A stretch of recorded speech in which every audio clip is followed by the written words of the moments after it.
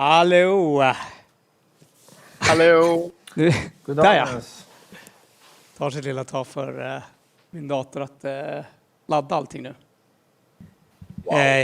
Men vi har ju dock jobbat med mycket design. Det blir små förbättringar hela tiden. Ja, faktiskt. Det blir vackrare och vackrare. Mm. Och ja, idag som ni ser så, som ni kanske märker först och främst så är vi ju lite försenade. 6 timmar ungefär. Vänta, 5 timmar bara. Så farligt är det faktiskt inte.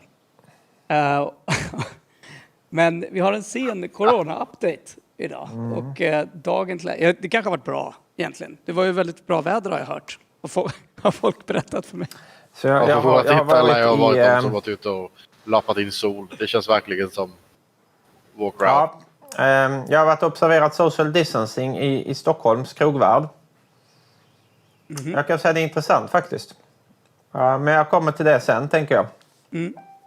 Ja, nej, men för vi hoppar ju bara in i en Corona-update. Jag kan väl säga, efter det så har vi faktiskt en gäst. Jag vet inte om ni kommer ihåg vad... Jalana heter hon, va? Jelena uttalar på bra till uttalar. Jelena. Försöker uttala det rätt.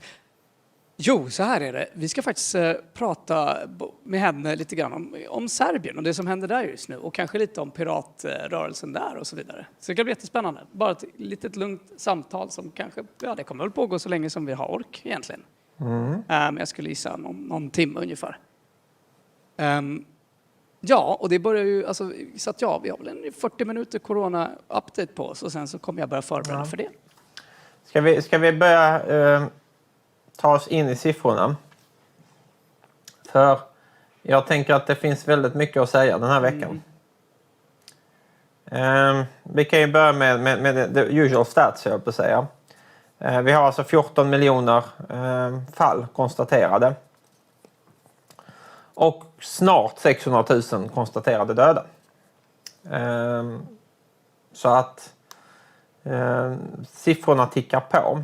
När man tittar på graferna, vilket du kan göra om du scrollar ner lite. Jag ska bara flytta en grej så här. Precis där. Då talar om tyvärr sitt tydlighetsspråk. Vi har alltså då förflyttat oss från den rätt så jämna 100 000 om dagen som vi har haft under stor del av pandemins utveckling under sommaren till att nu, igår så tangerade vi 250 000, det vill säga 250 000 nya fall. Nästan, det var alltså 248 988 stycken. Det innebär alltså att det pågår just nu en exponentiell tillväxt på en global nivå. Vi kan också konstatera att det är ett antal länder som driver den här exponentiella tillväxten. Om man sorterar enligt nya fall så ser vi att vi har en väldigt stor...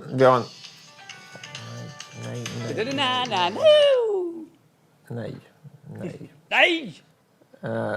Vi har en ny leaderboard.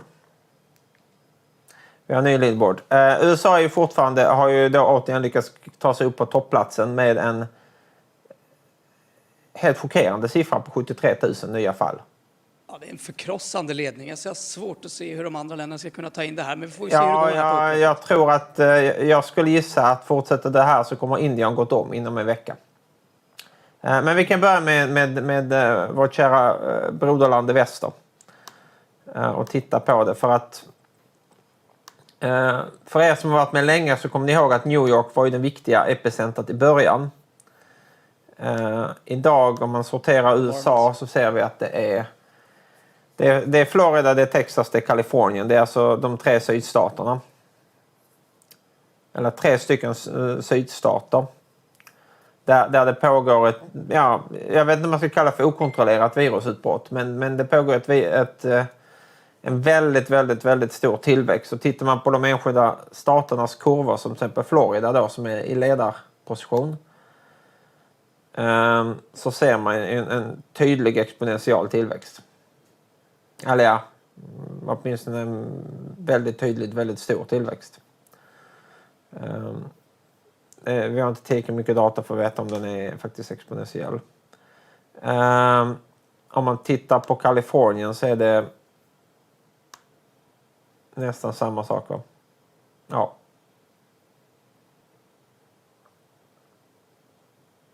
Det är samma sak där. Det vill säga att antal sjukdomsfall ökar för dag på de här 3 ställena. Bara för formen så ska jag väl titta på Texas också. Så vi har... Ja, det är samma sak där. Lite svårt att veta exakt i vilka regioner det sprider sig, men vi kan ju konstatera att det är höjdpunkten av sommaren och viruset har ju uppenbarligen inga som helst problem att överleva i väldigt varma temperaturer, för varken Kalifornien eller Texas eller för den delen Florida är ju ställen som är kända för att ha låg temperatur. Och det är väl också ett ställen där jag misstänker att det finns befolkningsgrupper som bor relativt trångt och som kanske har svårt för att hålla sig inne. Även jag har fått för mig att man har återigen börjat diskutera lockdowns.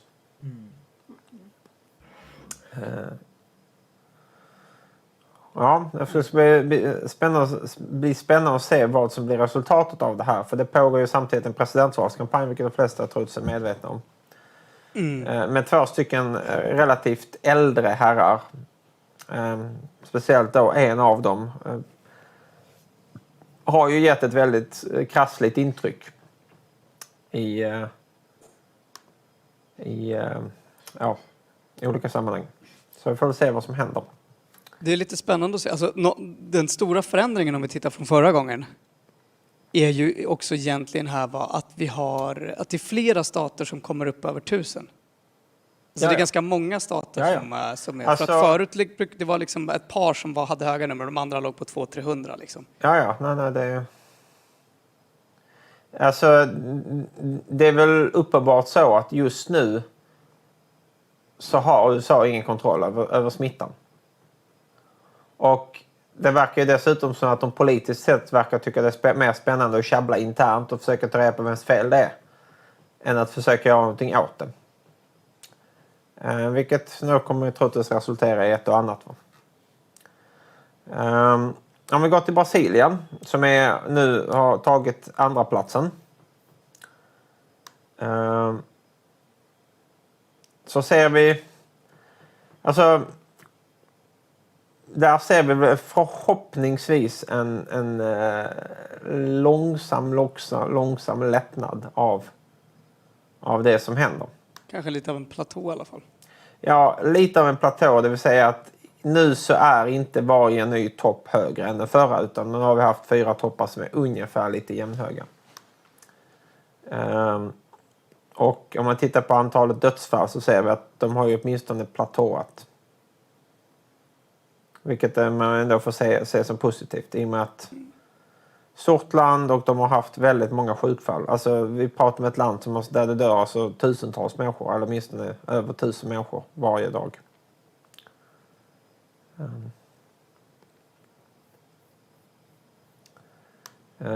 Men så att där ser det väl något bättre ut. Ett ställe som det däremot inte ser så mycket bättre ut på, det är ju Indien. 3:an. Och ett land där många tidigt förväntar sig katastrofen. Jag ser det här har den här alldeles helt otroligt fina exponentialkurvan. Det kan inte bli bättre. Så här, höll jag på att säga. Bättre var verkligen inte. Det är liksom bara tick, tick, tick, tick, tick, tick, tick, tick, tick. Och man ser också tyvärr då att du har en acceleration i antalet smittade. Va? Så vi pratar 30 000 är man uppe i nu. Men jag skulle gissa att innan helgen slut så kanske vi eventuellt då får se till och med 40 000 fall på en dag. Om det här fortsätter. Vi ser också tyvärr, om än inte så stora nummer än ska man säga, så ser vi att även dödstalen följer med. Va? Så man har ju tagit sig över 500 döda om dagen. Vilket jag får se om det blir om Indien klarar det eller om det blir social oro där. Det är svårt att veta. Ja, det har ju redan varit social oro. Det är ju lite krutturk som vi har sagt. Ja. Om man tittar på... Så jag rätt här nu. Så. Det som också är intressant är Sydafrika naturligtvis. Det är den andra stora tillväxtområdet på planeten. Och där är det svårt att säga. Sydafrika har ju den här lite platåiga tendensen där jag misstänker att det är lite, vad ska vi kalla det för, helgfenomen som gör att saker inte rapporteras in. Men man ser ju att tydligt ändå fortfarande tillväxten. Vi får väl noga bevaka och se om vi ser problem där också.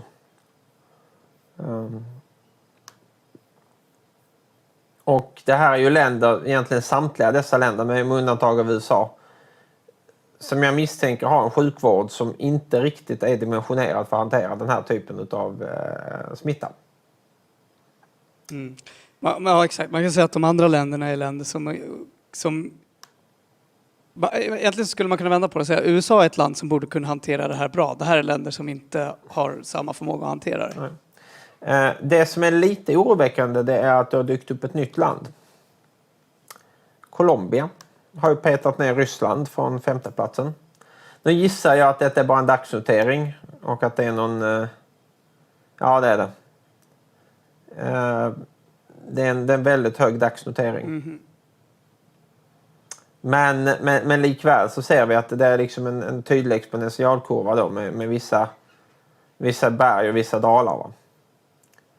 Så att det betyder ju då att i princip, ska vi säga att större delen av Afrika, Sydamerika och Indien har ju nu i princip en okontrollerad smittspridning.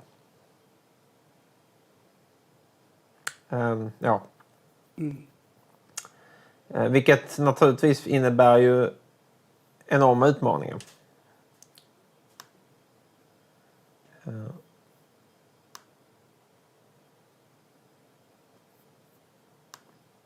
Och jag vet inte riktigt. Det är lite spännande att i takt med att liksom det här fortsätter så jag vet inte, WHO har inte så många presskonferenser längre, va? Tja, jag vet inte. Jag vet inte om det på något sätt har helt glömt bort att vi har en pandemi på gång och att det finns jättemånga människor i världen som håller på just nu att avlida i en sjukdom och att... Ja, men nyhetsvärdet är väl lågt. Nej, men alltså vi har i princip tappat kontrollen. Åtminstone när man tittar i stora delar av världen. Va?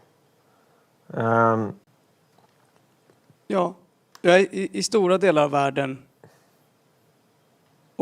och sen Sverige och USA i västvärlden har vi ingen kontroll. Alltså, jag vill inte säga så. Alltså, Sverige har inte tappat kontrollen. Man har ju valt att ha en högre smittspridning än konkurrenterna. Men jag skulle inte säga att vi har tappat kontrollen. Nej, men du har rätt. Ryssland. Det är sista länderna på den här topplistan som jag tycker man ska titta på. Det är ett land som tidigt upplevde vi gjorde rätt, men som sen tappade bollen och fick in viruset. Och sen kämpade i princip hela april med att försöka få bukt med det. Va? Och har med nedstängning och liknande nu fått in den här långsamt sjunkande siffran. Ser det som ett sent Spanien typ, eller Italien faktiskt rätt mycket. Ja, lite så. Väldigt höga siffror, men man ska komma ihåg att Ryssland är ett väldigt stort land. Och det är också ett land där man har ibland misstänkt att siffrorna manipuleras. Va? Så det är svårt att säga. Men de verkar åtminstone ha fallande siffror, vilket jag ändå får säga att det är bra. Även om det alltså inte är en garanti för någonting. Vad hade jag mer tänkt? Jo. Så. Det var så mycket för de här på toppen listan. Vi kan också säga att Mexiko, Peru, Argentina, det är alltså länder i Sydamerika, ligger också egentligen på 10 toppar. Längst på 10:e plats så har du Saudiarabien.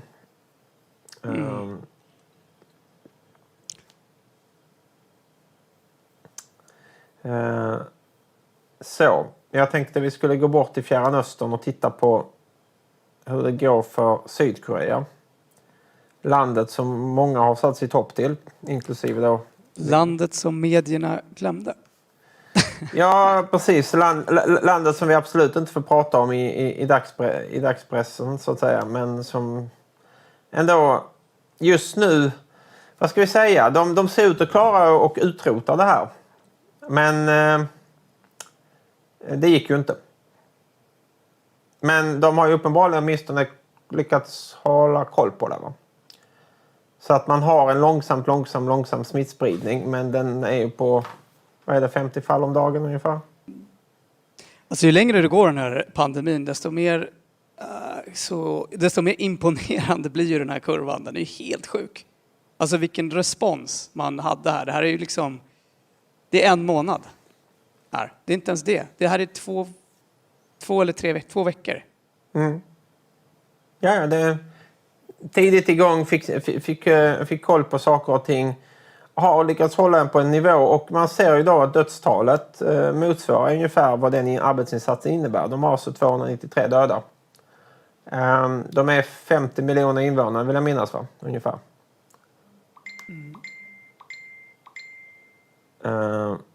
Så att ja, det är ett land som liksom tar det här med sjukvård på allvar. Tänkte vi ska titta på Singapore också, som är en av de här andra länderna som har haft en liknande utveckling, kan vi säga, va?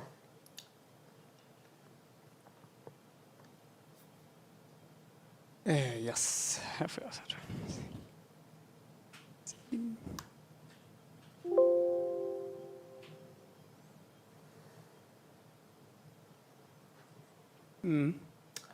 De håller nu på att långsamt plocka ner sig från det enorma utbrottet de hade. Det som är anmärkningsvärt med Singapore är ju antalet döda. 27 stycken. Och ja, 27 stycken döda på... Ja, de har ju exceptionellt låg death to active cases ratio. Och det beror på att de har lyckats fånga in det bland gästbostäderna. Så att det finns ju en anledning, så att säga. Den är väl kanske lite mörkare än man skulle kunna tro. Naturligtvis. Australien är ett land som vi inte har pratat så mycket om, men som, eftersom det har sitt geografiska läge och många andra faktorer, så lyckas man under mycket lång tid hålla smittan på en väldigt begränsad nivå. Är så längre. Och titta här, ja. Oj. Is here again. Ja. Så att de har ju då en andra våg. Man håller på att stänga ner. Jag tror att det är Melbourne främst faktiskt som är problemet just nu, om jag har förstått saken rätt. Jag tror man kan gå ner och titta på de enskilda provinserna här. Nej, det kan man inte. De rapporterar inte. Men oavsett vilket. Så att det går ju alldeles utmärkt att tappa kontrollen. Ja. Fråga på. Ja, hoppar René. Jaha, bra. Om René helt enkelt bara kopplar in ett par hörlurar i sin dator och kör Discord, så har vi väl löst hela grejen? Japp. Okej, ska jag göra det? Ja, gör det då. Det är väl lika bra. Jag bara undrar, alltså jag har ingenting att tillägga ändå, men jag fick idén nu och bara var tvungen att släppa den. Alltså man kan ju göra så, men det är inte rätt. Ja, jag kan så se det var det problemet vi har försökt lösa i flera månader typ. Ja, men det är ingen bra lösning. Vi har faktiskt en annan lösning, men den jobbade vi på tidigare. Men nu, ja, det tar lite tid att sätta upp, och så tänkte vi inte på det. Det blev som det blev. Så det var att du, Kringland, mutar René i Discord? Ja, exakt. Vi har ju Henrik med oss här också. Så. Har vi? Nice. Hör du mig nu då? Ja, i någon form. Jag har ju det, men gå in i Hangout. Så jag får det. muta dig. Äntligen. Dream come true. Yes. Så, nice. Ja. Okej, men då kör vi med den här uppsättningen. Då tar jag med den här då. Nej, den ska du ha med på. Okej. Det här Discord är bara för min skull. Jaha, det är för Ottos skull. Ja. Okej då. Så att, rätt att alla som sitter i Discord också ska kunna vara med. Och så att vi kan kommunicera utan att vara i delay med dig. Okej. Vilket Gotcha. påminner mig om att jag kanske borde se till så att vi streamar till er också. Så, fint va? Tack. All right. Ja, så. Hade ni frågor eller det? Nej, det var bara att jag fick idén att det var så här enkelt att lösa. Ja, men då kör vi på den här uppsättningen då. Se om jag klarar mig med alla sladdarna. Australien. Alltså, anledningen varför jag säger det här med Australien, det är för att det är ju ett land som påminner lite grann om Europa. Mm. Men som av någon anledning, jag kan inte riktigt förstå varför, men det totalexploderade. Och ja. Det är faktiskt, har du någon aning om varför? Nej, jag fick bara reda på att det var problem med Australien, så jag tänkte jag kollade och såg det på kurvorna. Jag har en liten aning om varför. Okej. Ja, vad tror du? Alltså jag ska inte säga att jag vet för det första, va? Men de hade ju väldigt hård lockdown ett tag. Just det. Och sen så tror jag att de hade jäkligt otur, om jag har förstått det rätt, och importerade ett antal fall från någon del av Asien till Melbourne. Just det. Och Melbourne är alltså... jag var i Melbourne, nu är det ganska länge sedan. Det är nästan 8 år sedan, så det kanske är annorlunda nu. Men det är en stad som gärna tät. Alltså det är mycket människor. Det är ganska ovanligt mycket människor för att vara en västvärldsstad. Okej. Och man träffas ofta liksom... Ja, men folk träffas i klungor. Okej. Och det är ju ett rörelsemönster som vi vet är förknippat med spridning av det här viruset. Sen är det ju så här att de är ju dessutom mitt i vintern, och jag tror ju att det är så här, om jag får gissa, att det som man såg ett tag som vissa trodde var ett resultat av så att säga att viruset var temperaturkänsligt, vilket det ju inte har visat sig vara. Det gissar jag helt enkelt är att folk ändrar sitt beteende beroende på temperaturen. Alltså i Norden är det ju verkligen så att vi klustrar ju oss mer kompakt i Norden när det blir kallt. Just det. Så det vi ser här är egentligen vad som kommer hända oss om 6 månader? Ja, risken finns. Om vi har samma... Och den är väl inte orimlig heller, va? Nej, alltså det är svårt för mig att svara på. Alltså, vad det hela beror på egentligen, det är ju... Eller, jag kan inte ens säga vad det beror på, men jag tror att det finns vissa väsentliga, alltså potentiella skillnader. Alltså jag tror att man kan agera annorlunda. För det vi gör på ett annat sätt än vad australiensarna gör när det blir varmt, och som jag tror är ett skäl till att man ser utvecklingen alltså att vi ändå har haft en viss, även om vi har en högre smittspridning i Sverige liksom, för att vi har valt att ha det, så har vi ju haft en så att säga, vi har ju sett en bland annat reduktion i IVA och så här. Jag tror att det har att göra med att när det blir sommar så späder svenskar ut sig. Just det. Alltså då gör vi precis tvärtom. Det gör man inte i Australien, råkar jag veta. Okej. Och källa på den informationen för den som är intresserad, så är det så att en av mina bästa vänner är uppvuxen i Australien.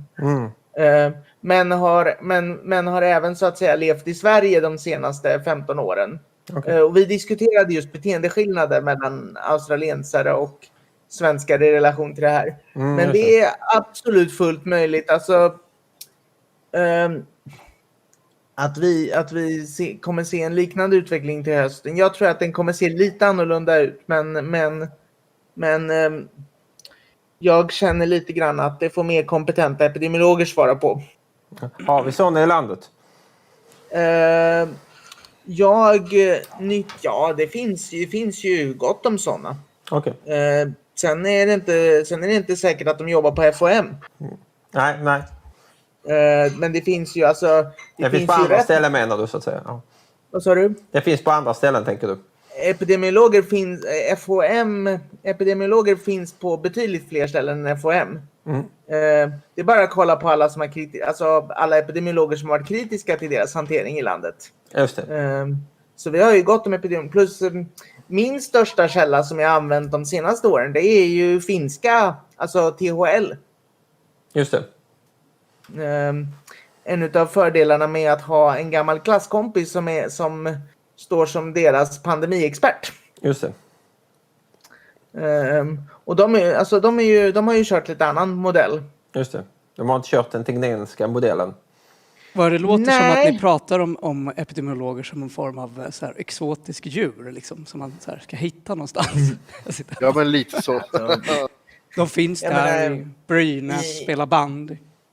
Ja, precis.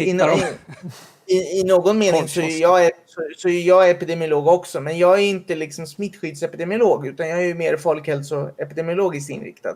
Just det. Precis.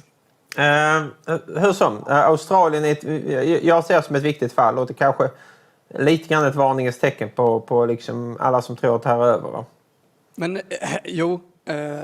oj, nu ringer det på mig också. Herregud vad vi är populära idag, René, va?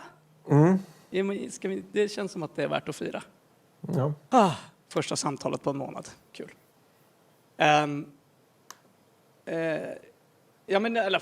Fortsätt istället. Vi ska inte deraila det. Vi har inte jättemycket tid.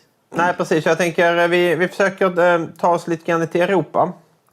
Och eftersom vi har en gäst med oss idag så tänkte jag att vi skulle titta på Serbien. Eftersom det är relevant inför vad den gästen kommer att säga. Och jag tror ni kommer tyvärr känna igen kurvan.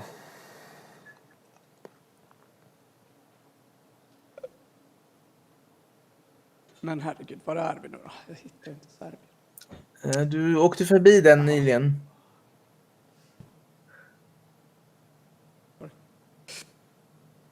Där.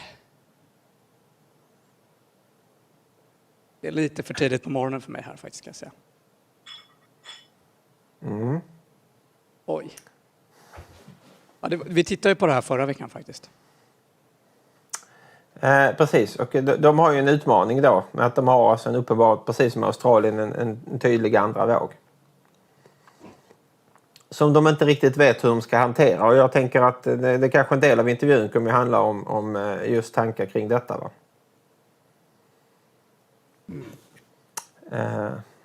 Ja, det ska bli jättespännande. Jag vet inte, för er som kommer ihåg det så hade vi en djup historielektion, europeisk historielektion här med René. Var det förra gången du var med? Ja, det kan det ha varit. Ja, i alla fall. Och det var lite så det började. Kom ihåg en sak dock. Notera alltså att siffran längst upp där är 400 fall om dagen. Ja, det är inga stora siffror. Om man nej, med Sverige. Det är ju inte det. Men det är likväl alltså. Kurvorna är ju kurvor, va? Så att det ser ju inte så trevligt ut om man tittar på vad som skulle kunna hända om man inte får kontroll. Nej. Vad har de för testregim? Ingen aning faktiskt. Jag tänkte eventuellt så kan Jelena berätta det. Hon är ju därifrån. Hur som, jag tänkte fortsätta vidare i Europa. Och jag tänkte gå till Tjeckien. Det är ett land som vi har pratat mycket om. Och det är väl lite tradition att man går dit och tittar. Eftersom landet har ungefär lika många invånare som vi. Ja, det är lite vår tradition kan vi säga. Ja, och De har ju precis som Serbien då pikat på runt 400 fall tidigare. Och de har fått en liten andra våg. René, du är ombedd att ta på dig de snabba brillorna alltså. De snabba brillorna, va? Glasögonen du har på huvudet. Ah. Chatten tycker att du ska ha snabba brillor på dig alltså. Ja, jag är ledsen. Det är för lite ljus här. Ja, det är det vi saknar. I grottan. Ja. Nej, hur som. Så de har ju då fått en liten andra våg. Vad jag har förstått det så är det här ett utbrott som befinner sig i ett gruvdistrikt. Som är då i Silesien. Vilket är alltså en blandning mellan Tjeckien, Polen och tidigare var det ju Tyskland. Så att, men det verkar som de har fått åtminstone någon form av kontroll över det och det verkar falla. Vilket är ju bra, naturligtvis. Notera också då att pikarna ligger på 300, så det är ungefär lika mycket pikar som Serbien har haft. Och sen kan vi ju titta på, i Europa händer ju inte så mycket sexigt i allmänhet kan man ju säga. Nej. Så att vi tar väl ett axplock. Jag tänker vi kan ju ta Italien.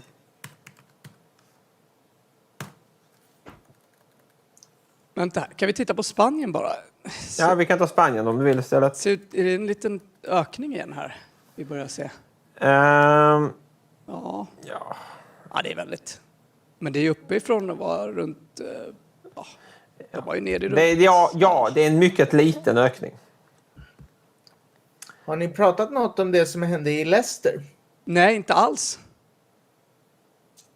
Vill du sammanfatta? Leicester är Storbritannien, va? Ja, det var ju de som hamnade i en andra lockdown. Just det. Nej, dit har vi inte kommit än. Nej, vi kan ta oss och kolla där också då. Ja, förlåt. Nu har vi derailat. Men vi såg att Spanien, liksom, det verkar hyfsat lugnt. De verkar ha kontroll trots alla turisterna. Och allt sånt här. Vi kan ta United Kingdom. Vi har tidigare tittat på dem. Men vi har inte kommit tillbaka till dem på ett tag. Så vi kan ju titta. Om vi tittar på hela United Kingdom så ser vi att de har ju då arbetat sig neråt. Men och även dödstalen får man ju säga ser väl okej ut i United Kingdom. Va? Det är liksom... Det är en helt fruktansvärd total. Då. Ja, alltså 45 000 döda. Ja, jo. Man ska ju komma ihåg, alltså det är ju såna hemska siffror. Men jag kommer inte ihåg hur många döda de hade under andra världskriget. Men det här är ju definitivt en 10-potens ifrån vad de hade i Falklandskriget till exempel. Så att det är ju en katastrof naturligtvis. Ja, men alltså man har ju generellt den effekten att även i stora länder, alltså länder med mycket människor, när de börjar få kontroll på det, om de inte har superbra kontroll, vilket man ju har i typ Sydkorea. Alltså det finns ju, har du mycket människor så finns det ju alltid potential för väldigt otrevliga absoluta tal. Precis. Sen kan man ju hantera det liksom på typ taiwanesiskt sätt. Vilket åtminstone jag är väldigt imponerad av. Alltså Taiwan, Singapore, Sydkorea. Och även Japan. Ja, precis. Japan de hade ju lite mer otur än de andra personerna där, om jag har förstått det rätt. Eller andra länderna där, om jag har förstått det rätt. Men Japan? Samtliga de länderna har ju ändå, skulle jag säga, att de har ju ändå lyckats skydda sin befolkning till största delen. Ja, men många utav dem drabbades ju väldigt hårt av SARS, så de var väl inte de lärde sig väl sin läxa där och var väl inte så sugna på att upprepa den historien. Nej, precis. Nu har vi andra för prova. Ja. Men Leicester, berätta mer för att... Alltså jag har inte så mycket detaljer, kanske framförallt inte så mycket som jag borde, för jag känner typ 4 personer som antingen jobbar eller bor i Leicester, så jag borde ha frågat ut dem.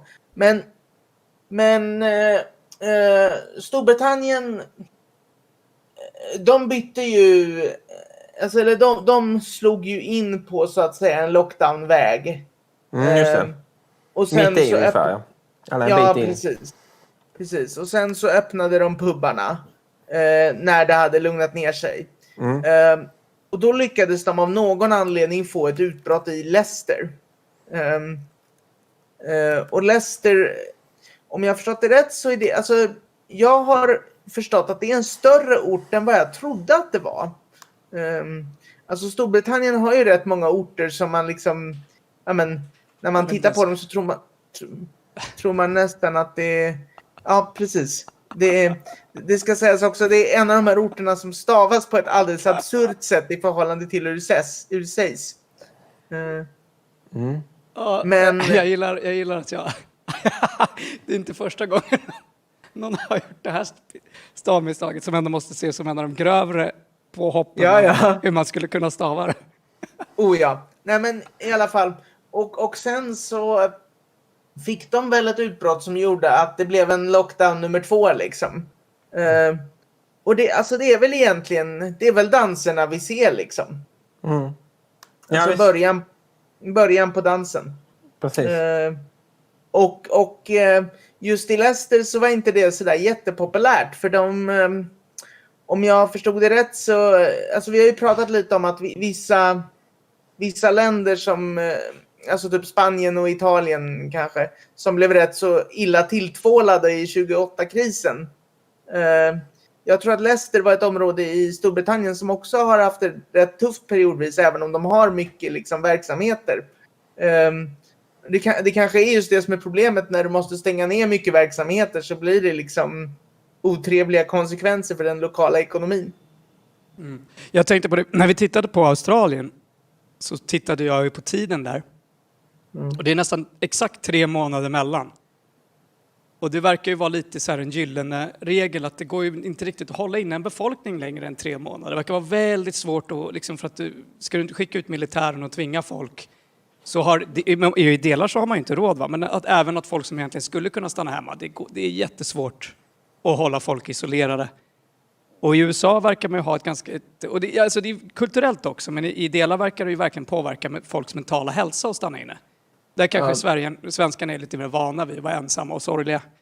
Men många i USA håller på att explodera. Så man ser vad som händer i USA nu, ska man se det i förhållande till att människor har suttit mer eller mindre instängda länge. Ja, men gissningsvis så har du samma fenomen, alltså du pratar om svenskarna, du har ju förmodligen samma fenomen, kanske i ännu högre grad i Finland. Att de liksom, de klarar av isolering. Medan som du tar då, alltså ett land där jag verkligen kan tänka mig att lockdown är skitpsykologiskt jobbigt för de som har den liksom kulturen, det är Australien. För de är extremt sociala.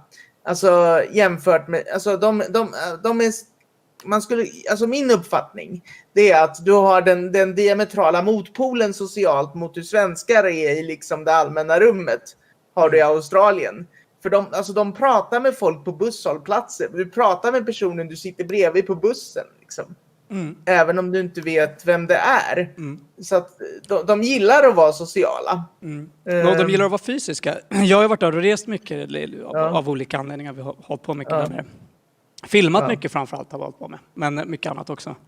Och det är just det där, jag kommer nog aldrig glömma det. För det är en av de största kulturkrockarna jag har varit med om. Är när jag liksom åkte ner dit. Och det var när jag tror jag var 20 kanske. 24 kanske. Och varenda gång, alltså det är det här att varenda alltså nu ska man komma ihåg, Australien är stort, men det här var runt Adelaide. Men det var så här, liksom varenda kille man träffade, alltså när man var ute och skulle liksom hängde på något ställe, det var alltid så här, okay, let's go to the beach, let's throw some ball. Det är så här, innan man ens har lärt känna varandra så ska man spela en sport tillsammans liksom.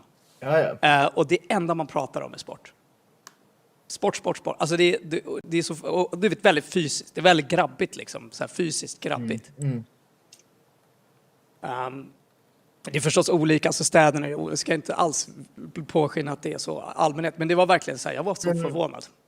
Men i allmänhet, men det där är ändå, just det du nämner där är ett fenomen man diskuterar ganska mycket. Alltså, jag har pratat om det jättemycket med min kompis till exempel. Alltså han som är delvis australiensare liksom. Och även ett antal andra vänner som jag vet har migrerat därifrån till hit. Det finns ju en viss migration åt båda hållen liksom. Ja. Borta bra men hemma bra men borta bäst. Ja, men lite så. Men ja. Så att det är egentligen inte konstigt tyvärr att de åker på en andra våg i någon av de större städerna. Jävla tråkigt dock. Men det är inte, jag är inte jätteförvånad. Förlåt för derailen där. Ja, men det är ju jag tror det kan vara en viktig bakgrundshistoria faktiskt.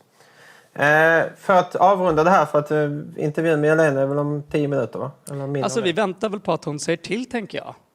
Så vi har nog inte egentligen någon vi gör så här. Jag kan säga för er som tittar och er som är här. Så här tänker jag. När hon säger att hon är redo. Då går vi in i en waiting mode på streamen. Och så ser vi till så att hennes teknik funkar. Och så att inte hon kommer in här och direkt live första gången. Det kan vara lite så. Om det är lite chockerande kanske. Man inte är van vid det. Vi har haft några gäster som har varit va? Har vi varit live eller? Ja.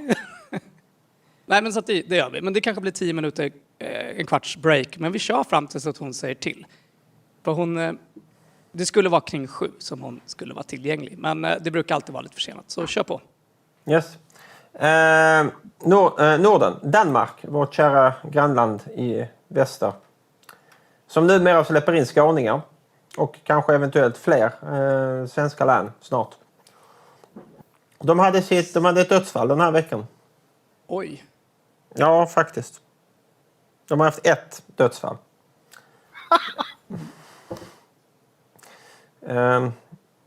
Jag förstår det går ut för nu för dem. Det var ju det här Tegnell pratade om. Det är den andra kurvan. Är det på väg? Ja. Mamma håller på att återfå sitt danska medborgarskap.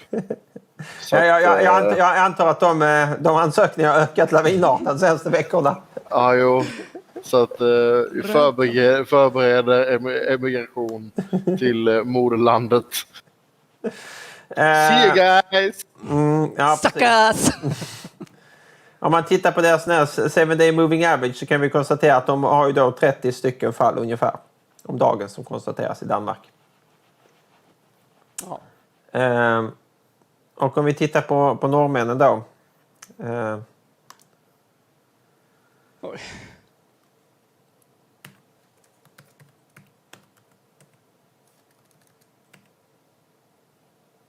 Ja, de ligger ju här bredvid varandra i listan nu för tiden på total cases. Det är Tjeckien som har sprungit iväg och sett till att Danmark och Norge får ligga och gosa i 21 och 22 platser. Ja, precis. Varför har Bulgarien klarat sig så bra? Ja, det kan man ju fundera på. De känns ju verkligen som ett land som inte borde ha gjort det, men ja. Vad vet vi om datainsamlingen från Bulgarien? Okej. Alltså, Fair point. alltså det är lite så här, alltså det är en yrkesskada, men min uppfattning är att när någonting inte ser ut att stämma eller när siffror verkar vara liksom knasiga, alltså Samtidigt så tittar man på dataflödet, ja. Ja, men precis. Men jag måste också säga det att jag bygger verkligen bara mitt uttalande på fördomar. Ja, men det gör du rätt i. Men det är ju lite så. Alltså, men jag tycker att du ska ta det till. När det ser ut som att det går väldigt bra för någon annan, då är det med största sannolikhet falskt. Regeringen har haft sin förklaring till att våra siffror är så höga, vilket helt enkelt innebär att vi rapporterar alla som dör med corona som coronadödsfall, vilket inte alla andra gör. Fan. Kan det ligga någonting i det? Ja, förutom att vi då inte rapporterar alla som dör i corona som just coronadödsfall. Okej, det är väl den förklaringen jag har hört. Men, alltså, det är också den förklaringen jag har hört. Det är bara att det stämmer inte. Man kan väl säga att, men Henrik, du har, det här kan ju du. Så vill jag bara ha där för den. Alltså, vadå? Om vi säger så här. det jag vet är att i dödsorsaksregistret så är det så att finns det en coronadiagnos, då kommer man hamna där även om man inte dog av coronan. Men det är alltså dödsorsaksregistret. Så när Folkhälsomyndighetens första nummer kommer av konstaterat död i corona. För det här har vi pratat om tidigare och det är så här jag kommer ihåg det. Sen kommer rättelser senare. Ja, precis. Dödsorsaksregistret släpper ju efter. Och där tror jag det är så här, alltid när det finns misstänkt corona, om jag har förstått det rätt. Men det här är jag inte säker på, så det skulle jag behöva kontrollera. Alltid när det finns misstänkt corona i ett dödsfall i relation till dödsorsaksregistret, då ska du ju göra en mer grundlig undersökning av liket än vad man annars gör. Alltså motsvarande obduktion. Just det. Men det är... Anledningen varför jag säger att det är så, det är för att jag har ju släktingar. Jag har ju släktingar som har haft mor- och farföräldrar som har försvunnit. Och där man har starkt misstänkt corona men som inte har konstaterats. Alltså de har inte obducerats och de har inte testats för detta. Nej, men men min gissning i den bästa världen, och det är ju frågan om vi lever i den, det vi gör. Då kommer antagligen, då kan det vara så att det kommer rättelse för det där i slutet, alltså i slutet av året. Men det vet jag inte. Men det är exakt det här, för det här pratade vi om tidigare. Det. Det här har faktiskt gått in i detaljer. Jag kan ju bara köra en sån snabb refresher och du kan ju rätta mig då. Ja. Men det är det att vi har faktiskt, alltså egentligen kan man säga att vi har bra nummer. Det är bara det att det inte är de numren som vi får så här direkt. Utan här tittar man egentligen, de numren som du ser här är nummer där man vet att det är corona. Det vill säga de har varit testade för corona och de avlider i följden av det. Ja, eller ja, inte nödvändigtvis, men de har i alla fall ett bekräftat närvaro av virus. Som har bekräftats och registrerats. Exakt. Och det är jätteviktigt att komma ihåg, för att i den här debatten så låter det ofta som att det är väldigt många andra, alltså om att det är just den här skillnaden att andra länder de gör inte, du vet, alltså, eller att vi tar in alla som vi misstänker, men det är inte så. De flesta länder, när det kommer till de här första numren, så följer man de här reglerna. Alltså, det vill säga att du måste veta att det är corona för att det ska kunna vara ett corona. Du måste ha någon bevis liksom för det. Min uppfattning kring hur de här siffrorna på FOM tas fram, det är att man tar data från något som heter SMINET, som är alltså registret över smittsamma sjukdomar. Och sen så korsar man det mot något som heter NAVET, tror jag. Som är folkbokföringsregistret. Och så ser man liksom vilka som dör i relation till det. Men så att alltså med hjälp av personnumret då. Det är min uppfattning om hur man gräver fram de här siffrorna som vi får via FOM. Men det som man gör när man sen då tar fram dödsorsaksregistret, då gör man ju, alltså det görs ju på ett helt annat sätt.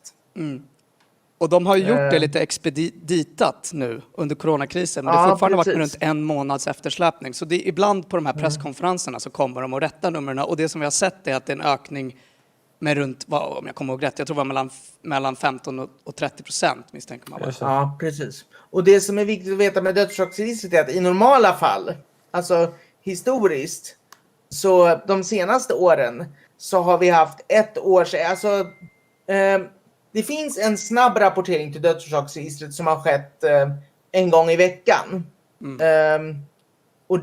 Och numera sker den dagligen, och det är helt enkelt, alltså det är en avisering att en person har dött som egentligen bara innehåller personnummer och dödsdatum.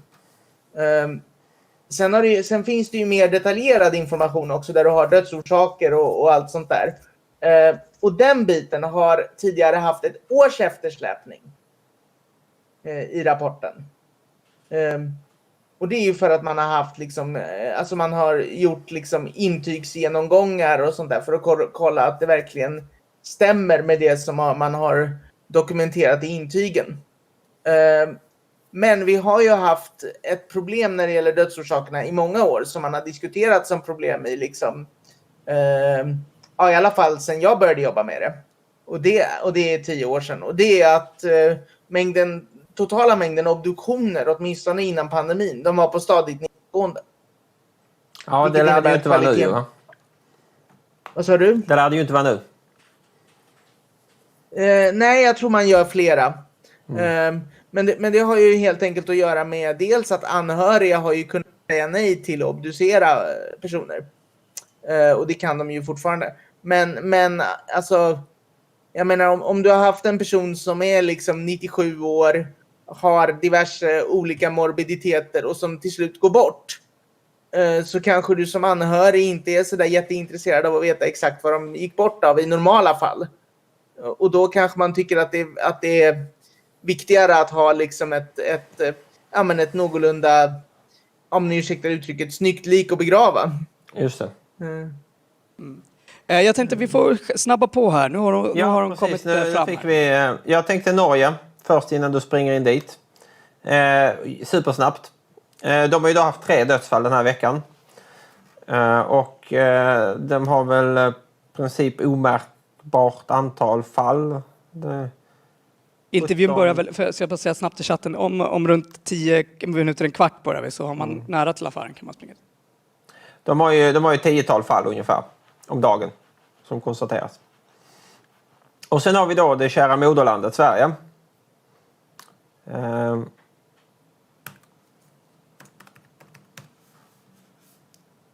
Fan. Sweden. Vi är alltså då på 5593 lik. 76 877 totalt antal konstaterade smittade. Och faktiskt en väldigt, väldigt bra nedgång i antal konstaterade fall. Man kan gissa att det beror på att människor inte går och testar sig längre. Det har varit intressant att se, men jag skulle gissa att det är en stor del av förklaringen. Henrik, när du är här. Alltså det här är ju en sån här fråga som jag också verkligen har. Varför är dödstalen ner? Jag tror inte vi ska inte ta det nu, men det här måste vi ju grotta oss lite i. Hur dödstalen kan gå ner så mycket. Förlåt, fortsätt. Ja, för om man tittar på C19 så ser vi ju då att nu ska vi se, dödstalen. Ja, det är Västra Götaland som det dör folk idag.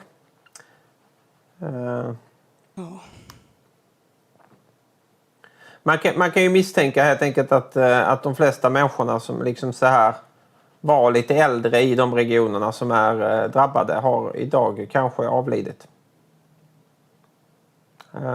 Det kan ju vara en av förklaringarna. Till exempel Stockholm hade 1 dödsfall idag. Jönköping 1 dödsfall. Halland 1 dödsfall.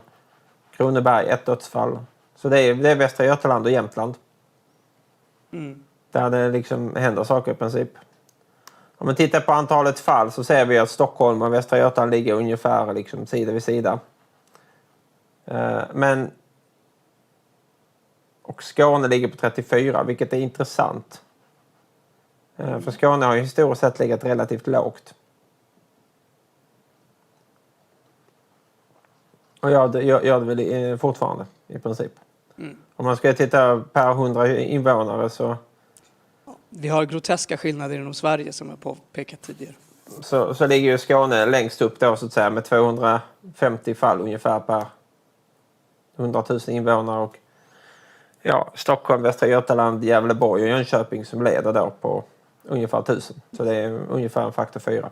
Sweden was slain by corona. Ja. Vi klarade det långt, grabbar. Alla vi här i Sverige, vi kämpade på bra. Men det var den här bossen innan nivå 30 som alltså till slut tog ut oss. England, klockan är 10:07. Ja. Så att, och jag väntar faktiskt på... Men jag kan säga så här. Nu är det så här. Det sista vi ska säga här kan ju vara... Nej, vi har en sak i slutet där, men säg din sak först. Okej. Ja, men jag tänkte bara... Jag skickade ju den till dig... Va? Till våra kära coronapirater. Jag tänkte det kan ju vara lite värd att se. Jag ska länka den också i chatten. Har ju lite med det här att göra. Här kan vi se att det här är alltså ECDC European Center of Disease Control, som släppte i dagarna den sista 14 dagars prognosen över hur det ser ut i Europa. Och så här kan man se att det ser ut på en karta. Och jag tänkte det när nu alla politiker säger att det är fruktansvärt, att man måste ju följa internationellt, att svenskar slängs ut eller vad man nu, alltså det är helt sjukt. Alltså, vi är ett problemland just nu. Det är ingen fråga om saken. Alltså, vi är inte ens i närheten. Titta på det här. Det är alltså under 20 fall, va? Är gult. Vad betyder grönt? Grönt? Är det ingen data eller? Jaha, grått ska det vara. Jag vet inte varför det är grönt för det. Vi har i alla fall, vi har gult och sen är det orange, sen är det mörk orange och sen är det brunt typ. Och, och brunt är alltså över 120 stycken nya fall. Ja. Så att, det är inte bra. Punkt slut. Och det finns en bra anledning till att vi kanske inte ska åka utomlands just nu. Eller att andra länder behandlar oss så. I alla fall, bara för att lugna känslorna som ibland spretas på. Jag tänkte säga att jag ska ta en grej till när vi ändå diskuterar det här. För det har ju varit en sak till som har hänt och som har diskuterats lite grann den här veckan. Va? Vi har ju diskuterat det tidigare. Men det börjar bli hyfsat mycket forskningsrapporter med väldigt, väldigt hög kvalitet som börjar påpeka sådana intressanta saker som att det här viruset kan man få flera gånger. Mm-hmm. Och man blir inte immun. Jag hade en diskussion med en läkare nu i veckan. Och hon konstaterade att det på hennes sjukhus så finns det flera stycken inom vårdpersonalen som har haft sjukdomen flera gånger.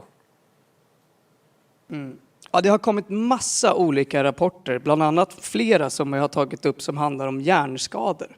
Alltså permanenta skador även vid milda. Det är en annan grej att det här viruset kan ju då ställa till med fler djävulskaper än bara liksom kvävning. Så jag vet inte om Henrik lyssnar, men jag skulle gärna vilja ha båda Henrik med i ett längre lördagsavsnitt, kanske Corona-avsnitt 5, där vi kanske gräver och uppdaterar lite vad som har hänt. För att jag lyssnar. Det känns som att det är väldigt mycket som händer. Men Henrik, du som, jag antar att du följer väl det här också lite grann, va? Har du sett samma sak som jag? Alltså jag har sett samma sak. Jag delar inte riktigt uppfattningen om att rapporterna om återinfektion är av bra kvalitet. Okay. Det är inte vad jag skulle kalla för bra kvalitet. Okay. Däremot när det gäller det här med hjärnskador så alltså där har jag tittat, den har jag grävt mer i, den frågan. Och min hypotes kring de hjärnskadorna och varför de uppkommer. Dels tror jag det finns enstaka fall som får direkta infektioner i nervsystemet. Jag känner ett sånt. Alltså personligen. Det är naturligtvis inte jättebra. Men jag tror att det man ser mer och det man började prata om redan för några veckor sedan är ju det faktum att en sak som händer när man infekteras av det här viruset är ju att koagulationssystemet löper amok. Just det. Så du får en massa blodproppar lite överallt. Just det. Ofta små blodproppar. Och massa små blodproppar i ens hjärna, det är ingen jättebra idé. Nej, just det. Nej, vi pratar om att det, vad kallar man det för? Kapillär sjukdom börjar man se det som? Eller precis, kapillär sjukdom. Och en av mina vänner har faktiskt i dagarna varit med på en artikel som jag inte vet om den har publicerats än, där de tittar på den mekanismen. Och det är ju därför man har börjat att ge, det tror jag för övrigt är ett skäl till eventuellt minskande dödstal. Att sen några veckor tillbaka så man börjat trycka i patienterna magnesyl. Okay. Som då är blodförtunnande och minskar risken för proppar. Okej, man börjar kunna liksom på något sätt ändå mildra symptomen, de absolut värsta symptomen. Ja, inte bara det. Alltså, jag tror att många dödsfall orsakas kanske av det också. Min uppfattning efter att ha snackat med rätt många läkare jag känner som behandlar de här patienterna, inklusive 2 som har åkt på det själva, är att man har byggt upp en liten, så att säga, erfarenhetsbank om hur man dämpar symptomen. Så att man har ganska mycket, alltså man gör en del saker som man inte gjorde i början. Okay. För man vet lite mer. Just det. Vi klarar alltså fler eftersom man har lärt sig om hur den här grejen beter sig. Vänner, jag ska stänga ner här lite grann för nu har vi vår gäst redo så att jag ska hoppa in. Men tack så jättemycket och jag ber ju lite grann om ursäkt för förseningen här. Men det är jättebra. Sen tror jag att en faktor i de minskade dödsfallen är precis det som du nämnde också, René, att alltså i vissa regioner så alltså de mest sårbara Det är döda helt enkelt. De har antingen förbrukats eller i vissa fall hunnit sätta sig i säkerhet och ta det på allvar. Just det. Chocken är inte lika en faktor här längre. Men vad bra, tack så jättemycket. Vi går in i en liten paus. Ni kommer få se en jättefin bild och sen kommer vi tillbaka med Jelena och vi ska prata Serbien. Ses då.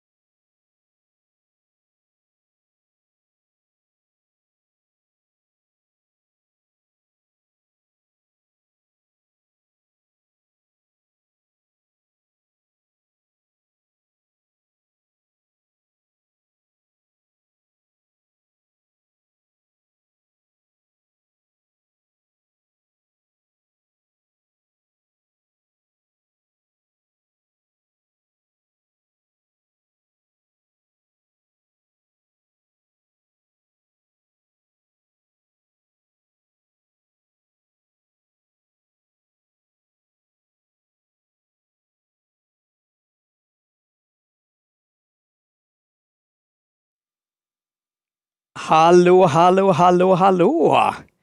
Då är vi tillbaka allihopa, kära vänner. Ja, det är vi. Lite återigen försenade. Alltså, det här var en dag av förseningar. Först var vi 5 timmar försenade egentligen, mitt fel. Och nu blev vi lite försenade igen, men det är som det är. Varför såg jag René ställa sig upp och gå där?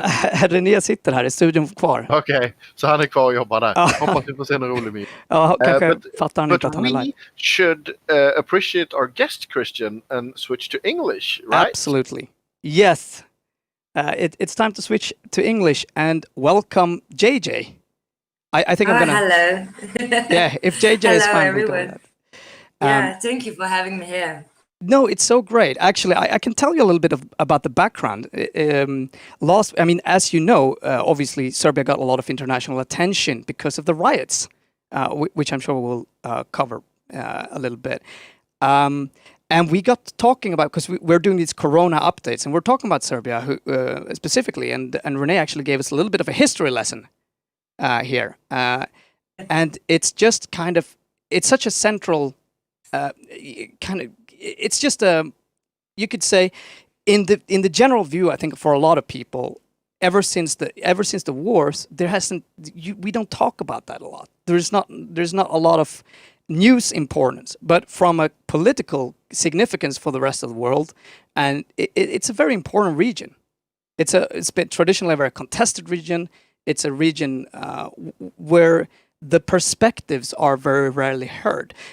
So I said, it wouldn't be interesting if we had someone who could actually share some more lights on what things are. And Renee, hey, hang on. we have a kind of, is it okay to say pirate activist, or at least former pirate activist down there? Yeah, you can. It's fine. Both things are correct. You cannot undo the pirate thing, right?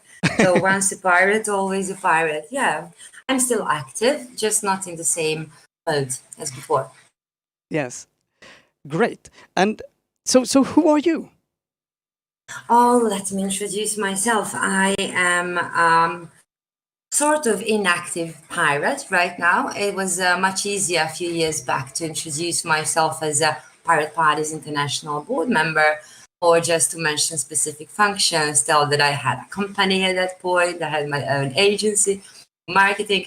But right now I am a freelancer and being inactive pirate in Serbia, but still doing some activism.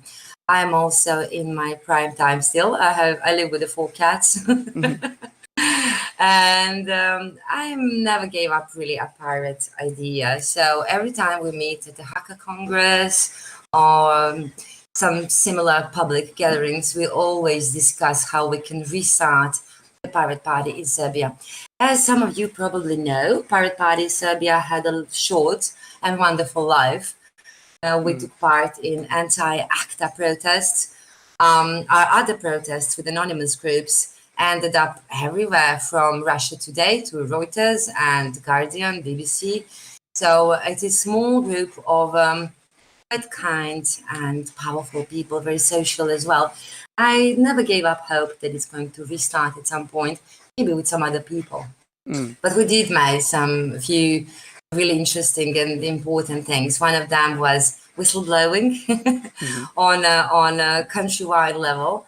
What we did was, at some point we realized that we're getting a lot of messages from our fans, or from people who are following our channels, and they were telling us really interesting story. Like, they started getting some sort of threat letters where the ICPs, internet service providers, were threatening them with interruption of service and terminating the contract if they keep downloading movies online. Mm-hmm. And in that quite long letter, they were mentioning something like code of conduct on the internet, which was ridiculous at that point, as well as it is ridiculous now. So what we basically did was just a whistleblowing, just a proper whistleblowing, like legal and technical analysis of what's happening.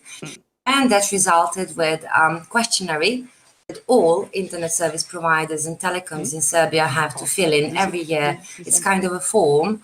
And they get sentences, not like sentences, but fines to pay. because they're not really respecting users' privacy. So that's the very concrete outcome of our pirate episode here. From that point, nobody can speak to the users and blame them for downloading any content online. Other than that, we're still active, and everyone is doing its own job, right? Propagating issues, here shootings that they are worthy attention. And just to kind of understand, because you're talking a little bit about the, let's say, struggling pirate movement of Serbia and its history. What's the time frame here? When was these things were when did it start and what happened? It was 2010 when the first pirate group formed around the Lida. I joined in, it was either 2011 or early beginning of 2012. So that's when I joined. At that point, we were having meetings at Hackerspace in the Belgrade Roda central area. And it was quite interesting. We had different people there, mostly people who are devoted to anonymity, even in real life, like not taking bank cards at all, or not having identity card even. It went a bit too extreme, yes. So we had really young, beautiful, smart people. And it went on for a while. We had a lot of actions in the media, press releases, and of course protests. We called for protests against ACTA.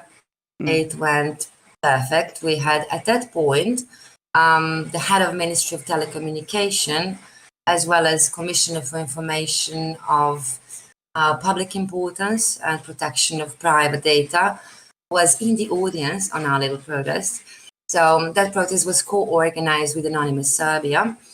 And it went on for a while, maybe a year or two, until we spectacularly fell apart with a lot of disagreements. Some of that went public, a lot of accusations and everything. And right now we are kind of following each other on Twitter. Or maybe not, yeah. Maybe a little bit actually similar to Sweden. But the reason, so why you ended up kind of, I mean, obviously, starting these type of any organization is hard, and a lot of things can go wrong, and there's so many different ideas on how to do it, obviously, and there's often so much passion, and sometimes there's just too much of it, and I think so too, yeah. But so well, you could say the main reason here, because obviously, you know, I rarely know anything, right? So treat me like a complete kid in Serbia. Okay. I'm a newborn. Because you're saying the political climate is tough, right? Yes. But it wasn't the reason.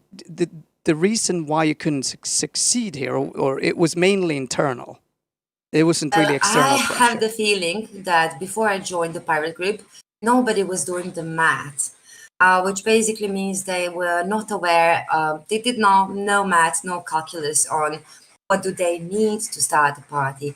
And that idea, I had a feeling, became very new when I joined, because I did the math and I checked the requirements. So legal requirements to start a party here in Serbia, they're pretty high. So I think any group that wants to start a political organization party and come to elections needs 10,000 signatures, which are verified. There is a quite short deadline of around 30 days for it. Those signatures need to be authentic and they need to be verified, which costs money. So basic calculation was around 12 to 15,000 euros just for verifying the signatures and for having like a basic sets, like for collecting them, like a basic stand for the street, like in 3 cities, right? Or even in 1.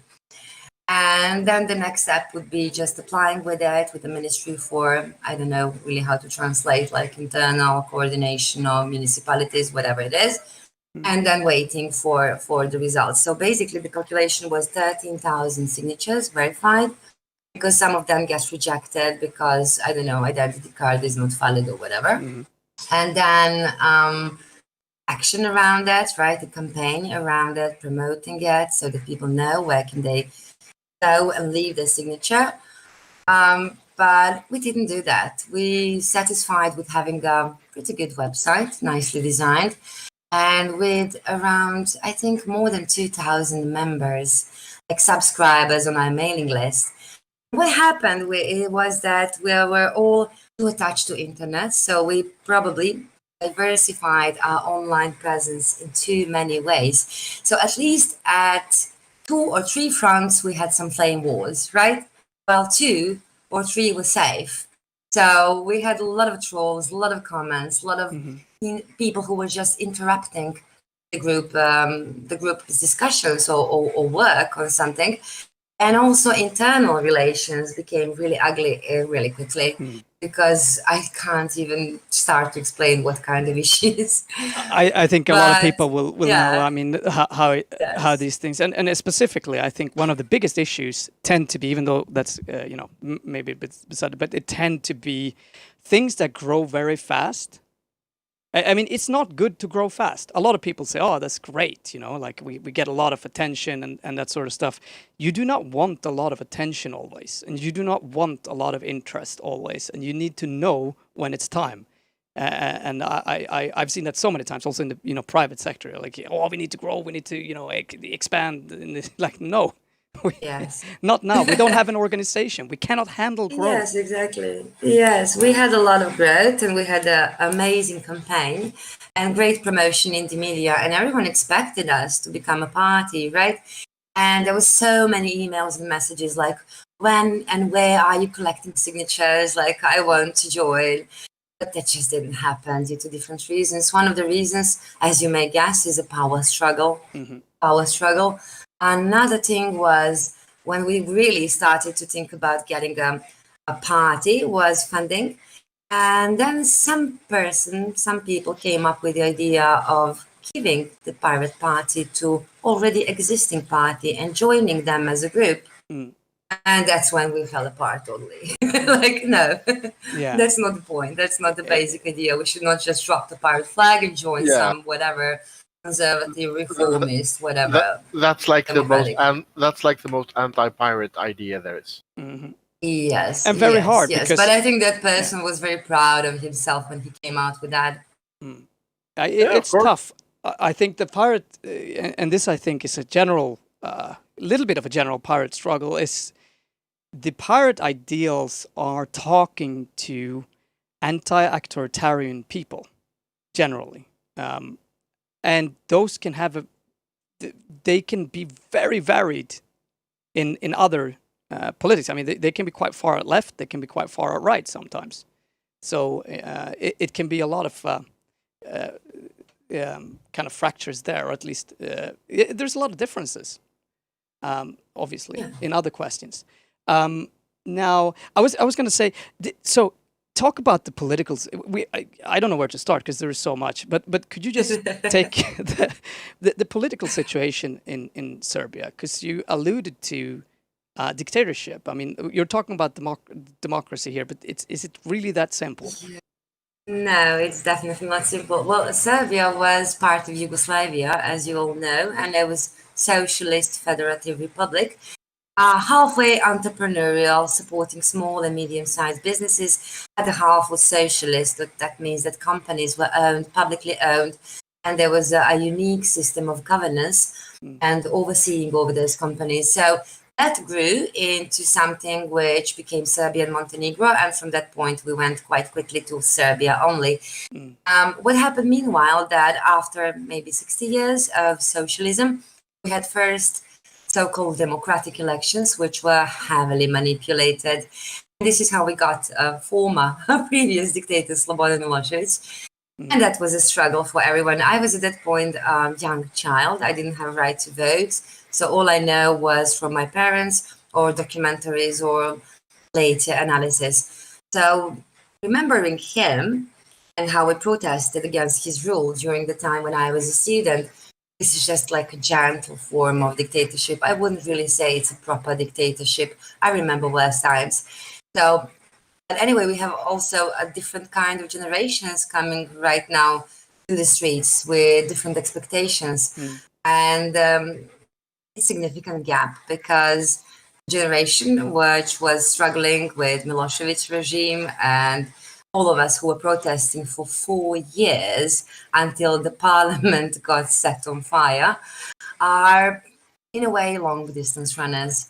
While generations who are coming right now to protest, they have expectations that quite essential problems and deep problems and problems that are lasting more than 10 years so far can be sorted out quickly within like 7 days or 1 week of protests. So we have to manage that as a society. We have a lot of internal issues, and we have issue with the ruling party. I say ruling, and yes, it reminds on China. There is a reason for that.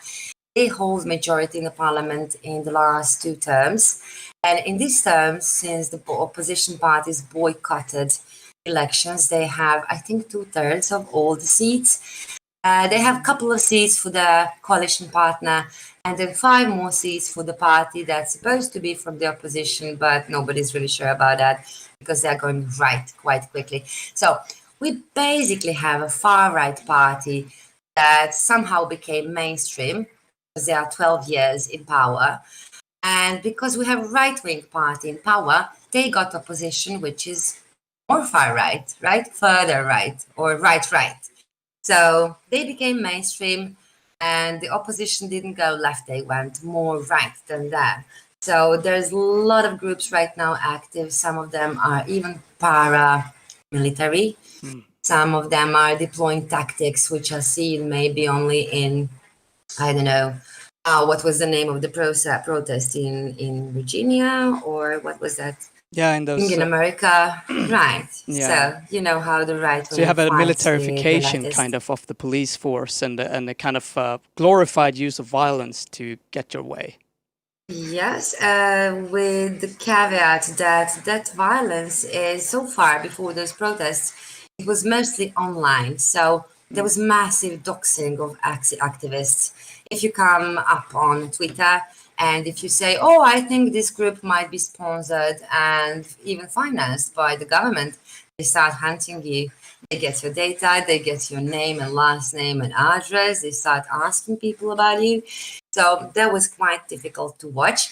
That group was also a group of performers with like neo-Nazi tattoos, and they were deploying them on live stream for like making some sort of warnings to all kinds of activist groups.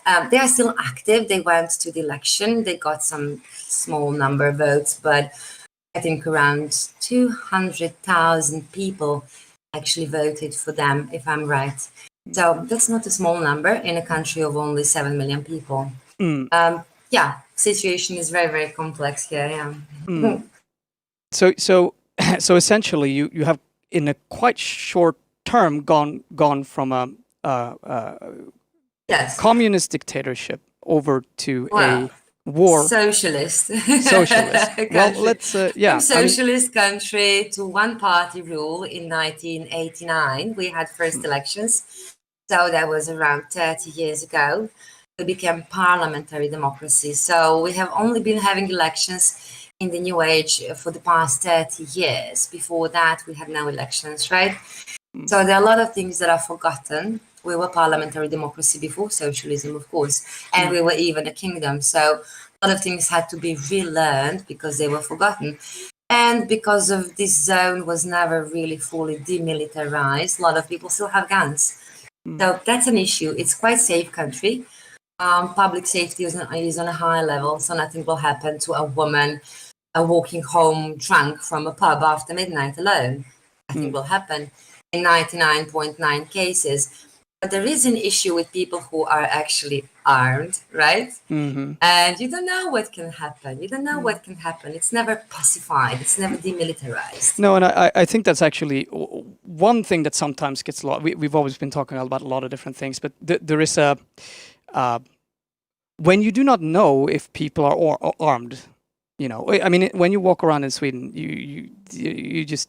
that's like people won't be armed, you know, regular people, right? Yes, and you know that. Yes. You know that for sure.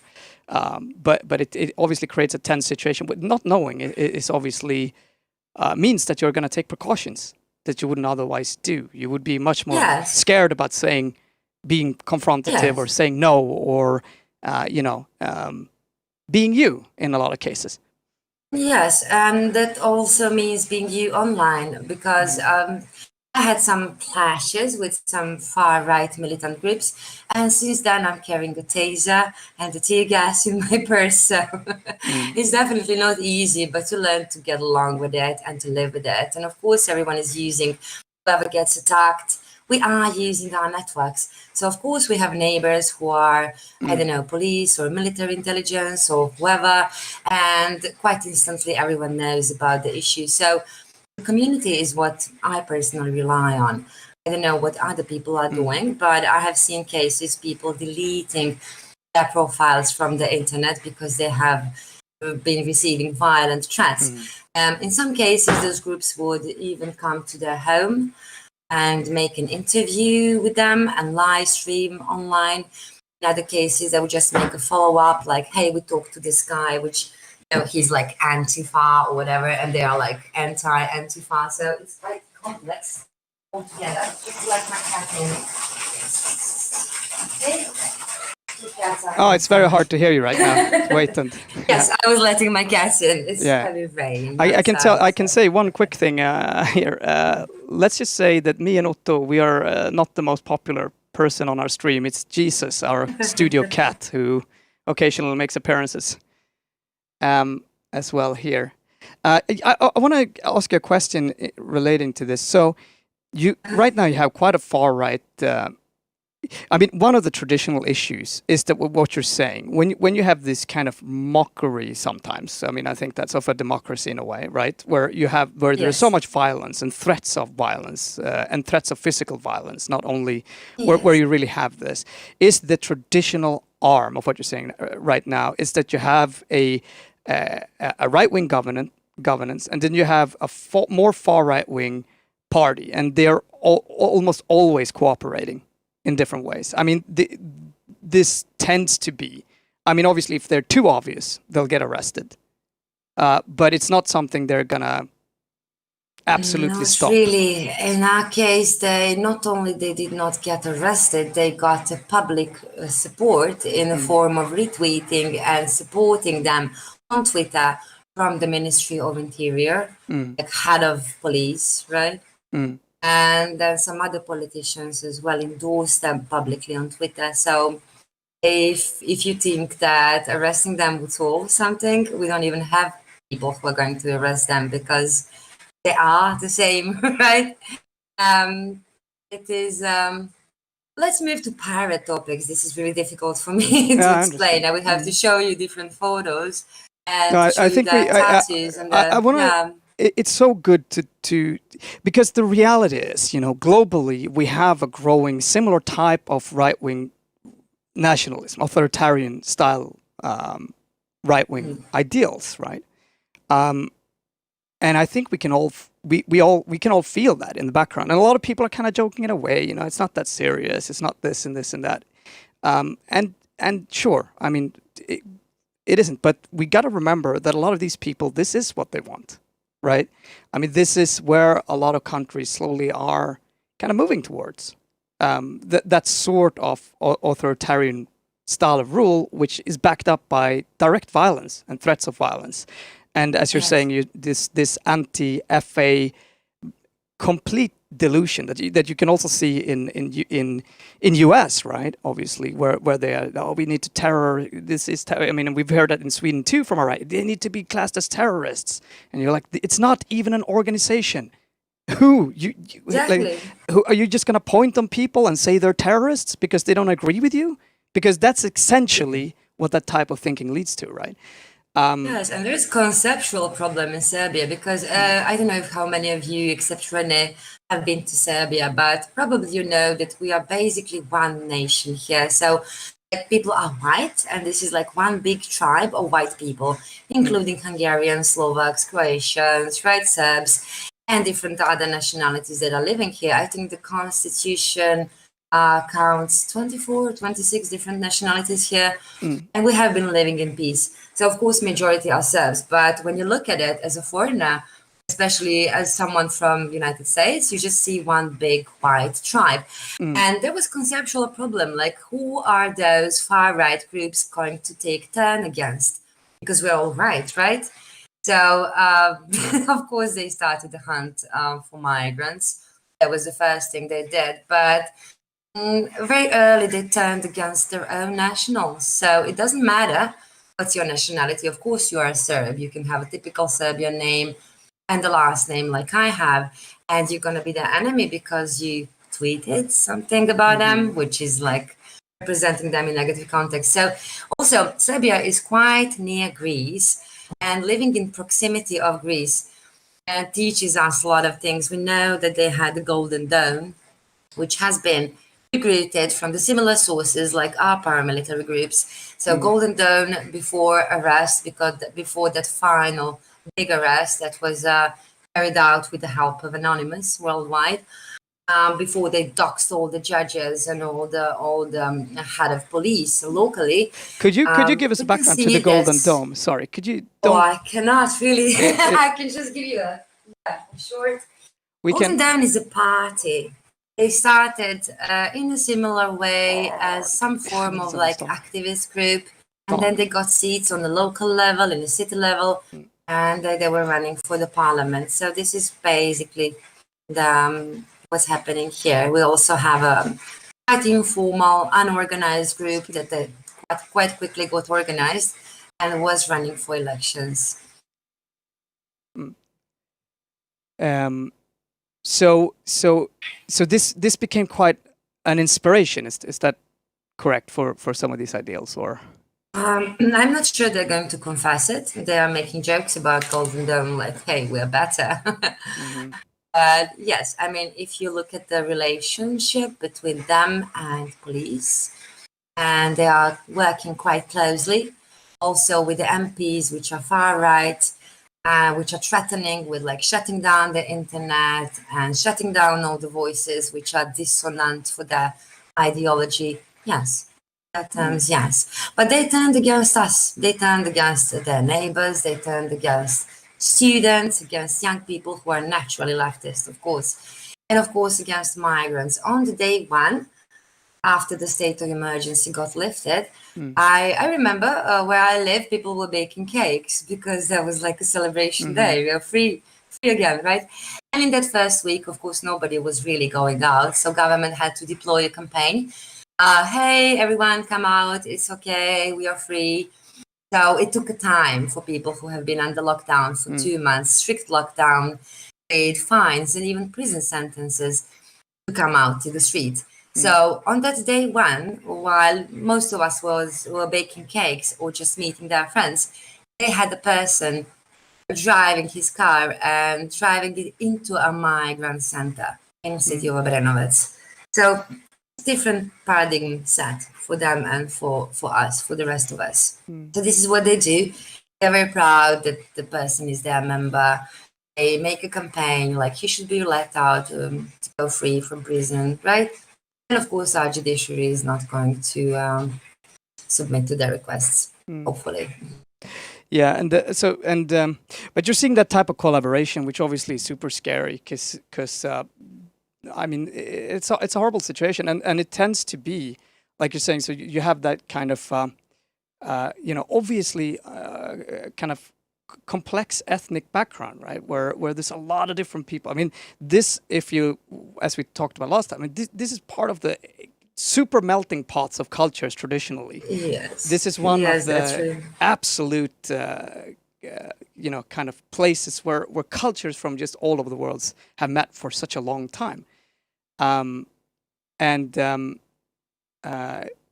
mean, and so as a Serb in particular, which this group kind of, I mean, obviously that has to be where they draw some of the nationalist strength, right? And one interesting thing about them is that they have a leader with a Jewish origin, sporting neo-Nazi Second World War tattoos. Wow. On his hands. Yes, it's quite perverted. It is really difficult to look at it. Yes. Yeah. Yeah. So I mean, okay, but that's and you were kind of alluding to the coronavirus. I mean, you started out actually before the stream. You said, I mean, there's a little bit of a specific perspective on the corona situation, perhaps. But could you go into Yeah. there and what happened since January, basically, right? Yes, I'm maybe not the right person to talk about it because I went into the coronavirus crisis and emergency eyes wide open because I happened to work with the Asia Pacific region for the past 8 months. So I knew everything and I was kind of expecting government and the states to finally like get around it and have a meeting and declare state of emergency. While other people were quite surprised with it. So what happened here was that we got imposed quite strict rules, and it was not like in Japan or Korea or whatever else countries. We had a curfew. We had a curfew. So curfew was beginning in the second phase of the coronavirus emergency every day at 5 or 6 o'clock in the afternoon.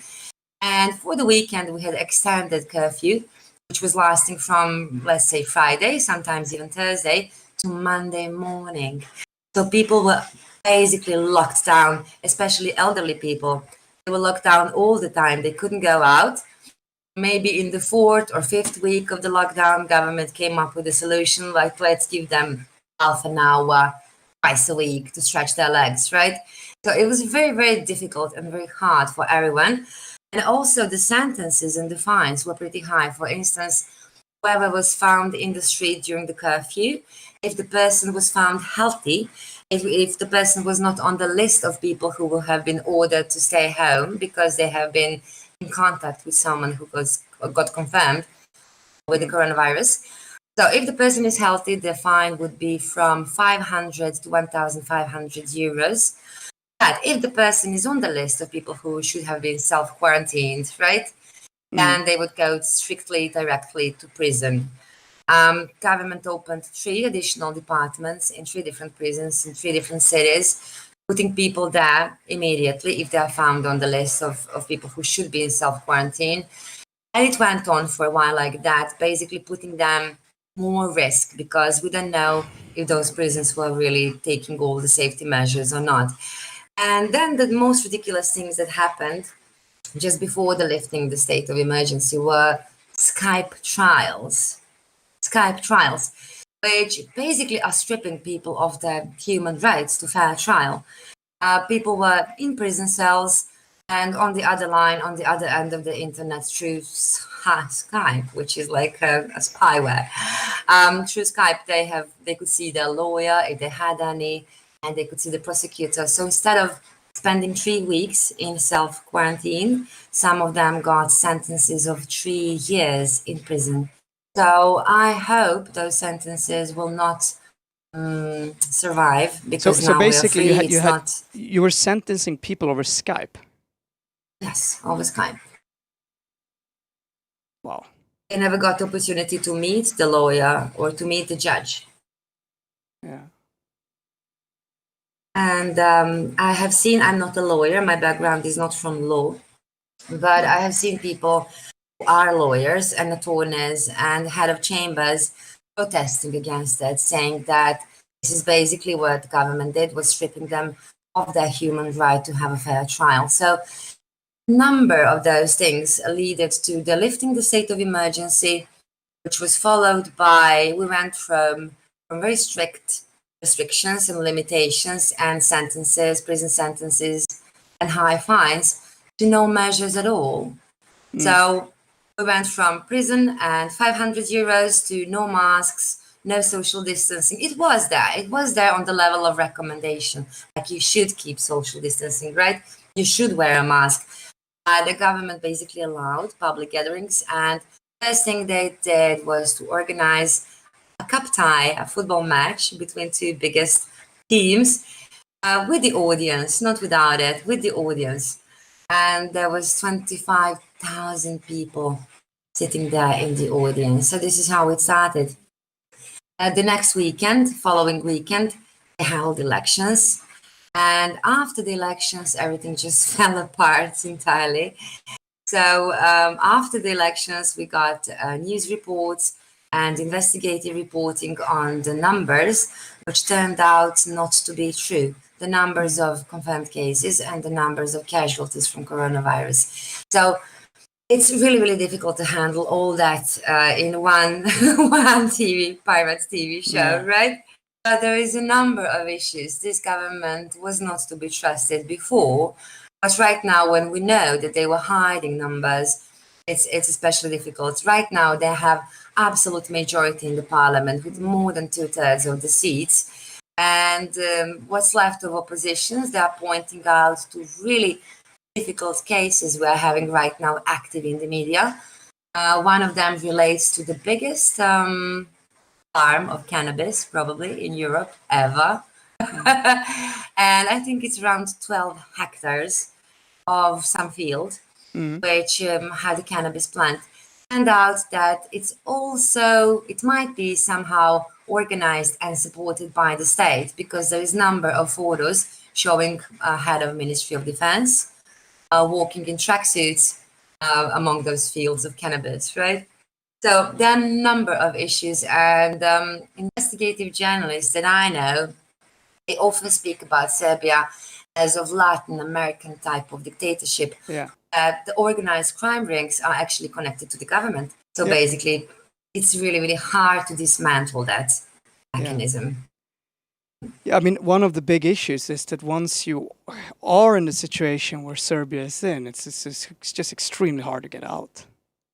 And Yes, but life is actually easy here if you're a good person, right? So life can be heaven here if you have money and if you have a proper job. You don't have to know anything about all those things. If you have money, if you have the right political leaning, if you are the right type of person, you can live quite good. Exactly. But as of 10 years ago, it's very hard to get a decent job without political party membership, right? Yeah. And that's not a pirate party, unfortunately. Yeah, no, I mean, it's pretty typical. It sounds, but I mean, I was actually not aware that it had gone to these types of extremes yet, right? Yes. And I think a lot of people are. And also, I got to say, I think you get kind of overloaded about these news, because there are so many countries right now who are spiraling a little bit down into kind of losing their democracy and you know, and obviously a little bit what tends to happen is eventually the economy kind of does collapse, because there's only so much you can take out on the minorities. There tends to be underlying financial issues that aren't anyone's fault, you know, that there's actually kind of like a fundamental problem that you have to try to solve and work with. And incompetence tends to breed in saying sort of violent cultures, right? Because that's how you get to the top. Is not necessarily, and we can actually look, and it's not unique for that, but it becomes very strong in that. But you could, I mean, we've been critical here in Sweden against actually the social democratic government, because they have a little bit, it seems like a yes-saying culture. People who get high minister posts aren't necessarily people who know that it's people who have in the right way supported and kind of been silent rather than Same here. It's same here. We have more than 30% of members of parliament being female, right? So because I think that's one of the requests from the European Union, and Serbia fulfilled it quite quickly. And I think we have more than even 35 or more than 40% of female members of parliament, women. They're not doing anything. You cannot hear their voice. No. And we could easily replace members of parliament with robots or with algorithm. They're basically what they do is just pressing the button, and they're pressing the button with, you know, in accordance with the directive from the head of their party. So it's useless, it's meaningless totally. I mean, it actually reminds me. So when I was younger, I did some voluntary work in Tanzania, and later, obviously, I lived in China a lot. And when you work with these sort of how to say, kind of international mandated and often European mandated or you know.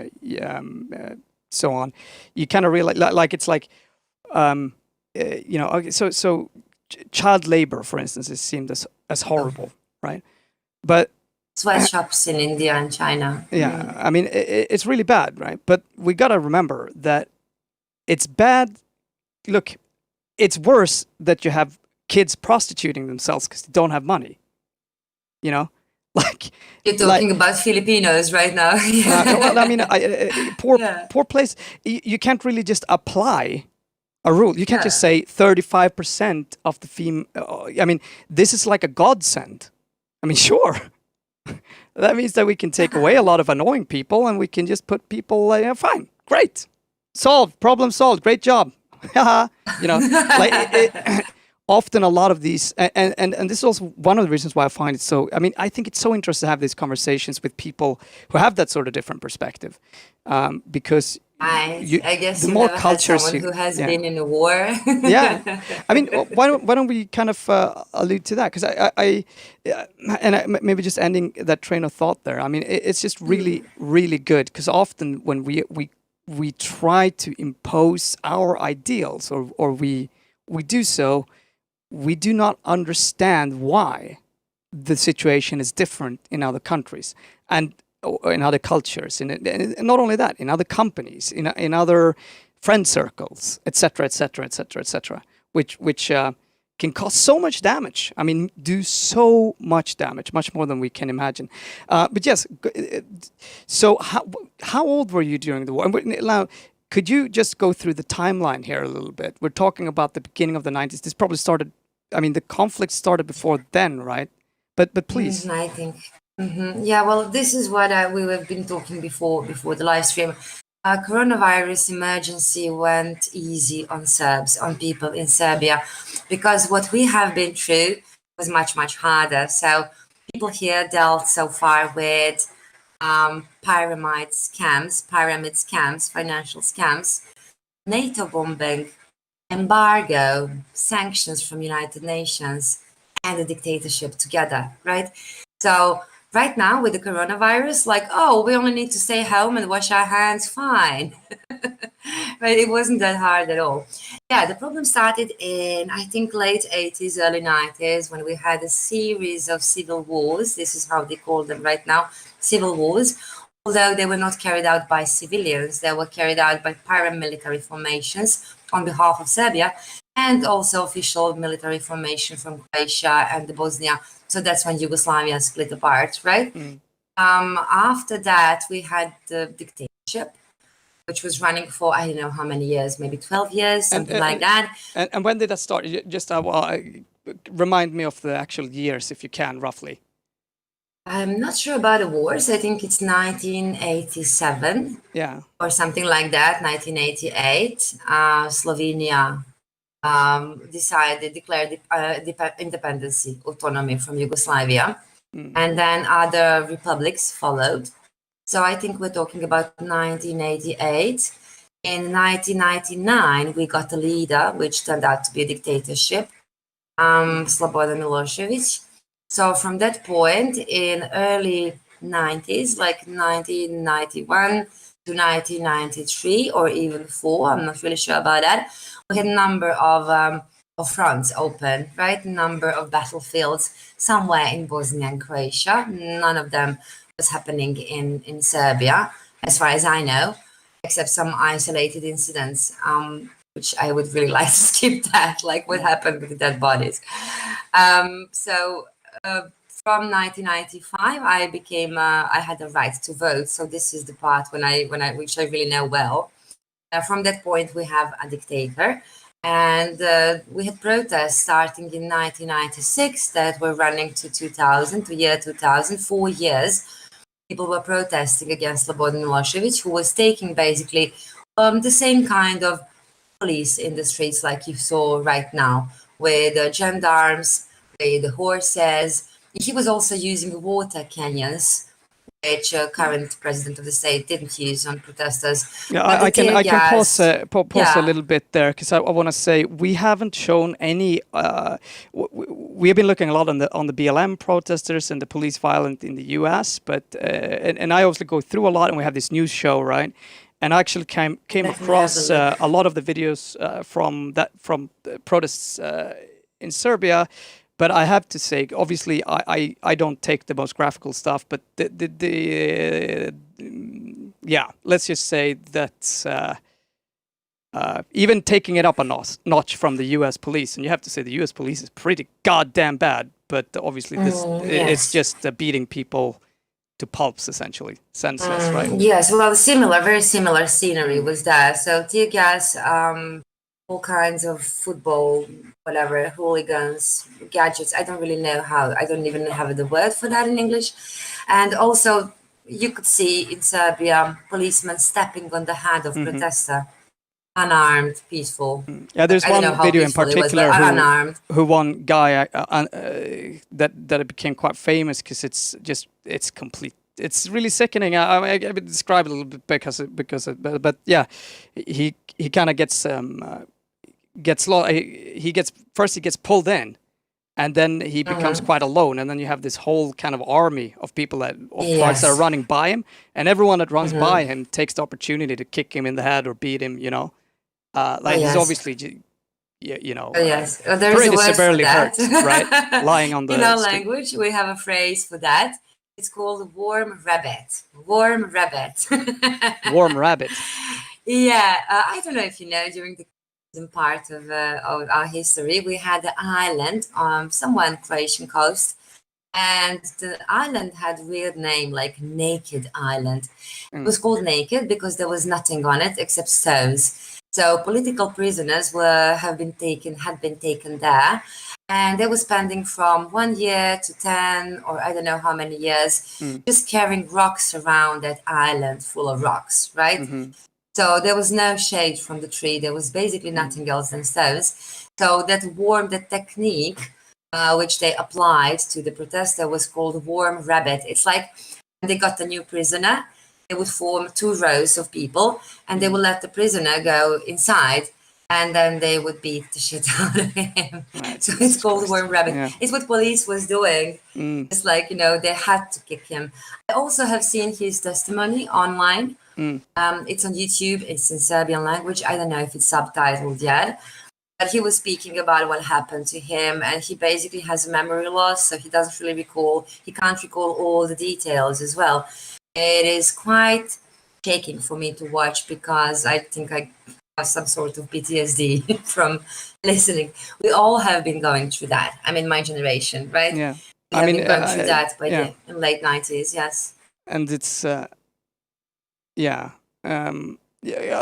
happening again. And it's happening again. At least, and it's gonna be so frustrating after having been through all that to kind of also see how it just so cyclical. In a way, right? I think it's hard to pick up. It's hard to pick it up on everything. There are so many stories which are quite incredible. So I think people are slowly picking up, and I think many of them really got desensitized to the violence and to the dictatorship. It's been going on for 20 years, 30 years. We had one short window in that period from, let's say, the year 2000 to the year 2008, when a lot of people thought, hey, we have a democracy finally, right? And we actually had the feeling, I can start my company and I can make success with it and I can have a happy life. And still some of the people believe in it, right? So they do get, of course, people are having a normal life. They get loans for the apartment, they can buy new cars, they go to Thailand. Of course, it's happening. This is not like some shitty dumb hole. This is like a proper country. But then there is that other side, which is political. And politics is turning so ugly that I don't really believe that anyone normal wants to join that arena. Really. Politics has always been spectator sport in this area. And rarely anyone would join political circles because once you stand up against the government, you get thrown into the yellow press, into the tabloids, which are, we have seen it right now with the protests. There was a guy on a TV speaking about his dad, his father, who apparently passed away during the coronavirus crisis. And his son, has been told that it's because it's due to the lack of the ventilators in the hospital. And he said that publicly on TV, and he repeated a few times, Dad, this is for you. So it became quite quickly a hashtag. But I've seen on the government-owned TV channels the next day was horrifying. And it can only be compared to Erdogan, really. That guy was ultimately doxxed. So on the government TV or main TV channels, we could hear about his past all up to the high school. Like he was not seen as a good student, and professors were scared of him, and he was a troublemaker, like stuff like that, like 20 years ago. Completely doxed guy. He's not even from Belgrade, as I understand. So that was quite So scary. they have and really I think turned the state television into a complete political tool. yes, against a random guy. He's completely random person. Victimizing their own citizens, Yes. essentially. Yes, and basically blaming them for what's happening. All this time for coronavirus outbreak, it's people's fault. It's never government's fault, Of right? course not. So government allows public gatherings, and they say yes, we can have football with audience. The government, and the yes, government, we have no yeah. problem. The government allows you to do things. Yes. It's Yes, you well, have, and I they think remove yeah. restrictions we had before. We had restrictions during the coronavirus emergency.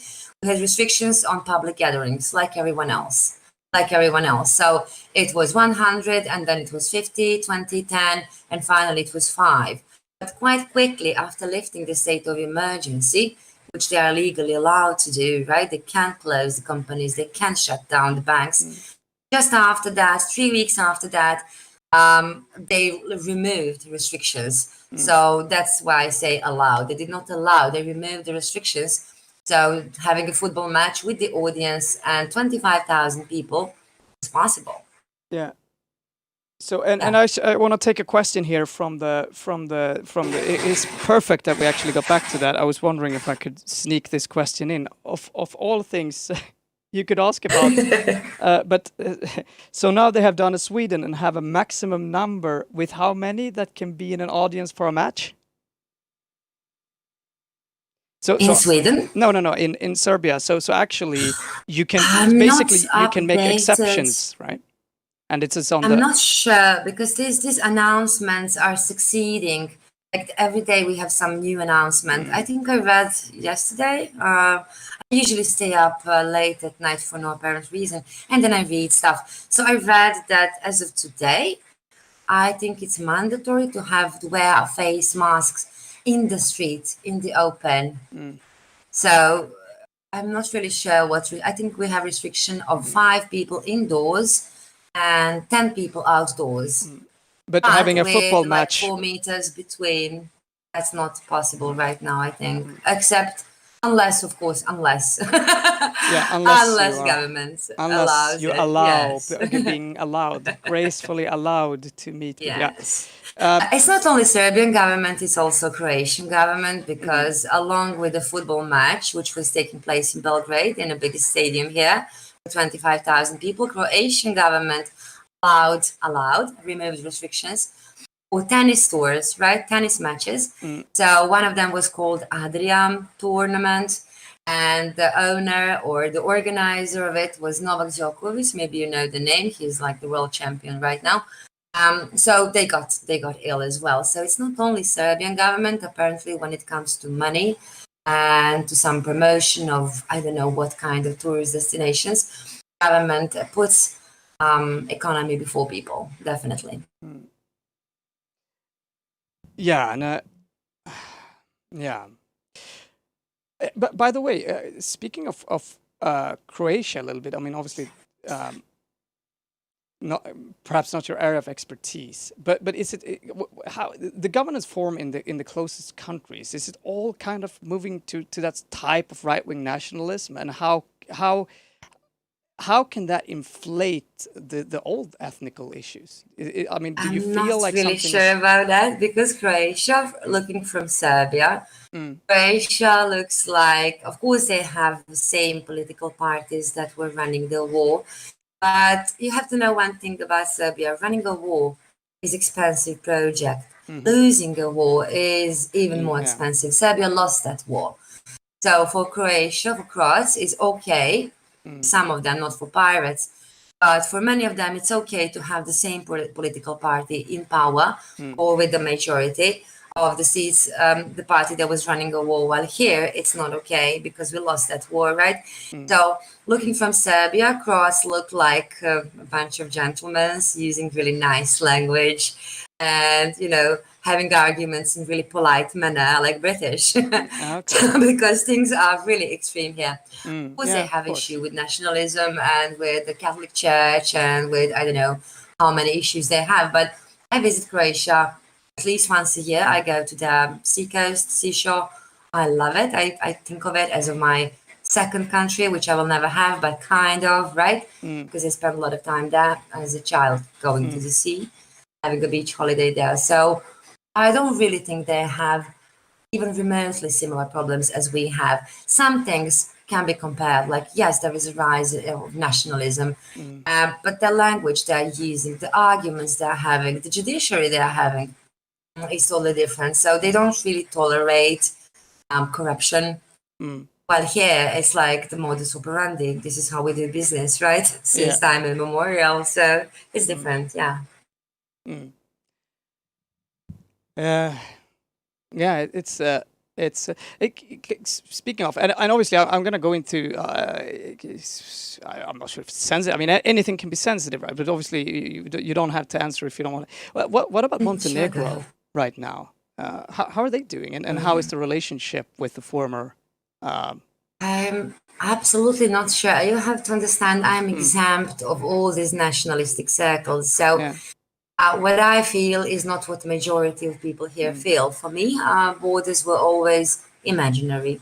And it was never a problem to cross the border or to join some other company, some other people, right? I was working for foreign companies in European Union and right now with Asia Pacific. So for me, it's just a matter of like stupid bureaucracy. Like sometimes I need only passport, other times I need Schengen visa or entry or permits, right?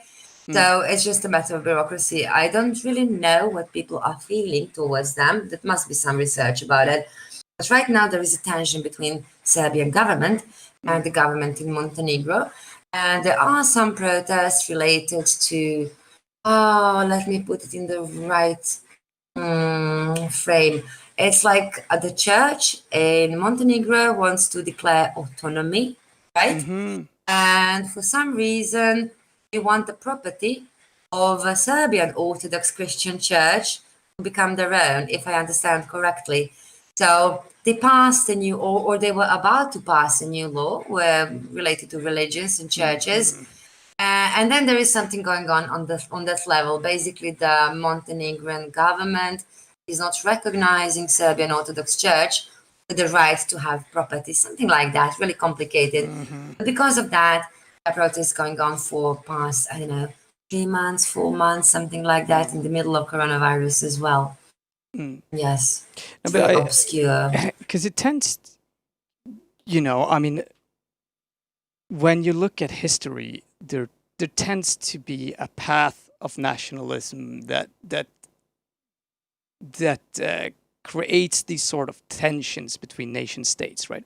And it's politically a good thing. I mean, if you look at China and USA right now, where you have two nationalistic leaders who can point the other one as the big problem and unify the people. I mean, it's very textbook. That's what's happening here. Yeah.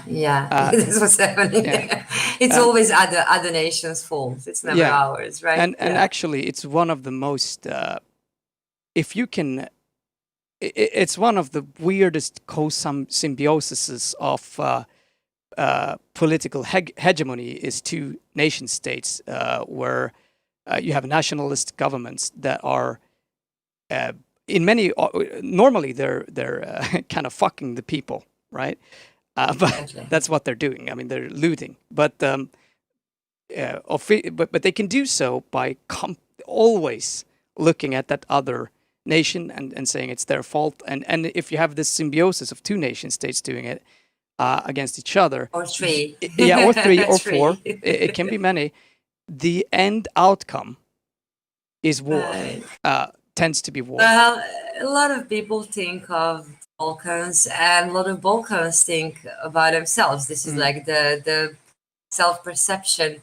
The image of Balkans is like a big barrel of gunpowder, right?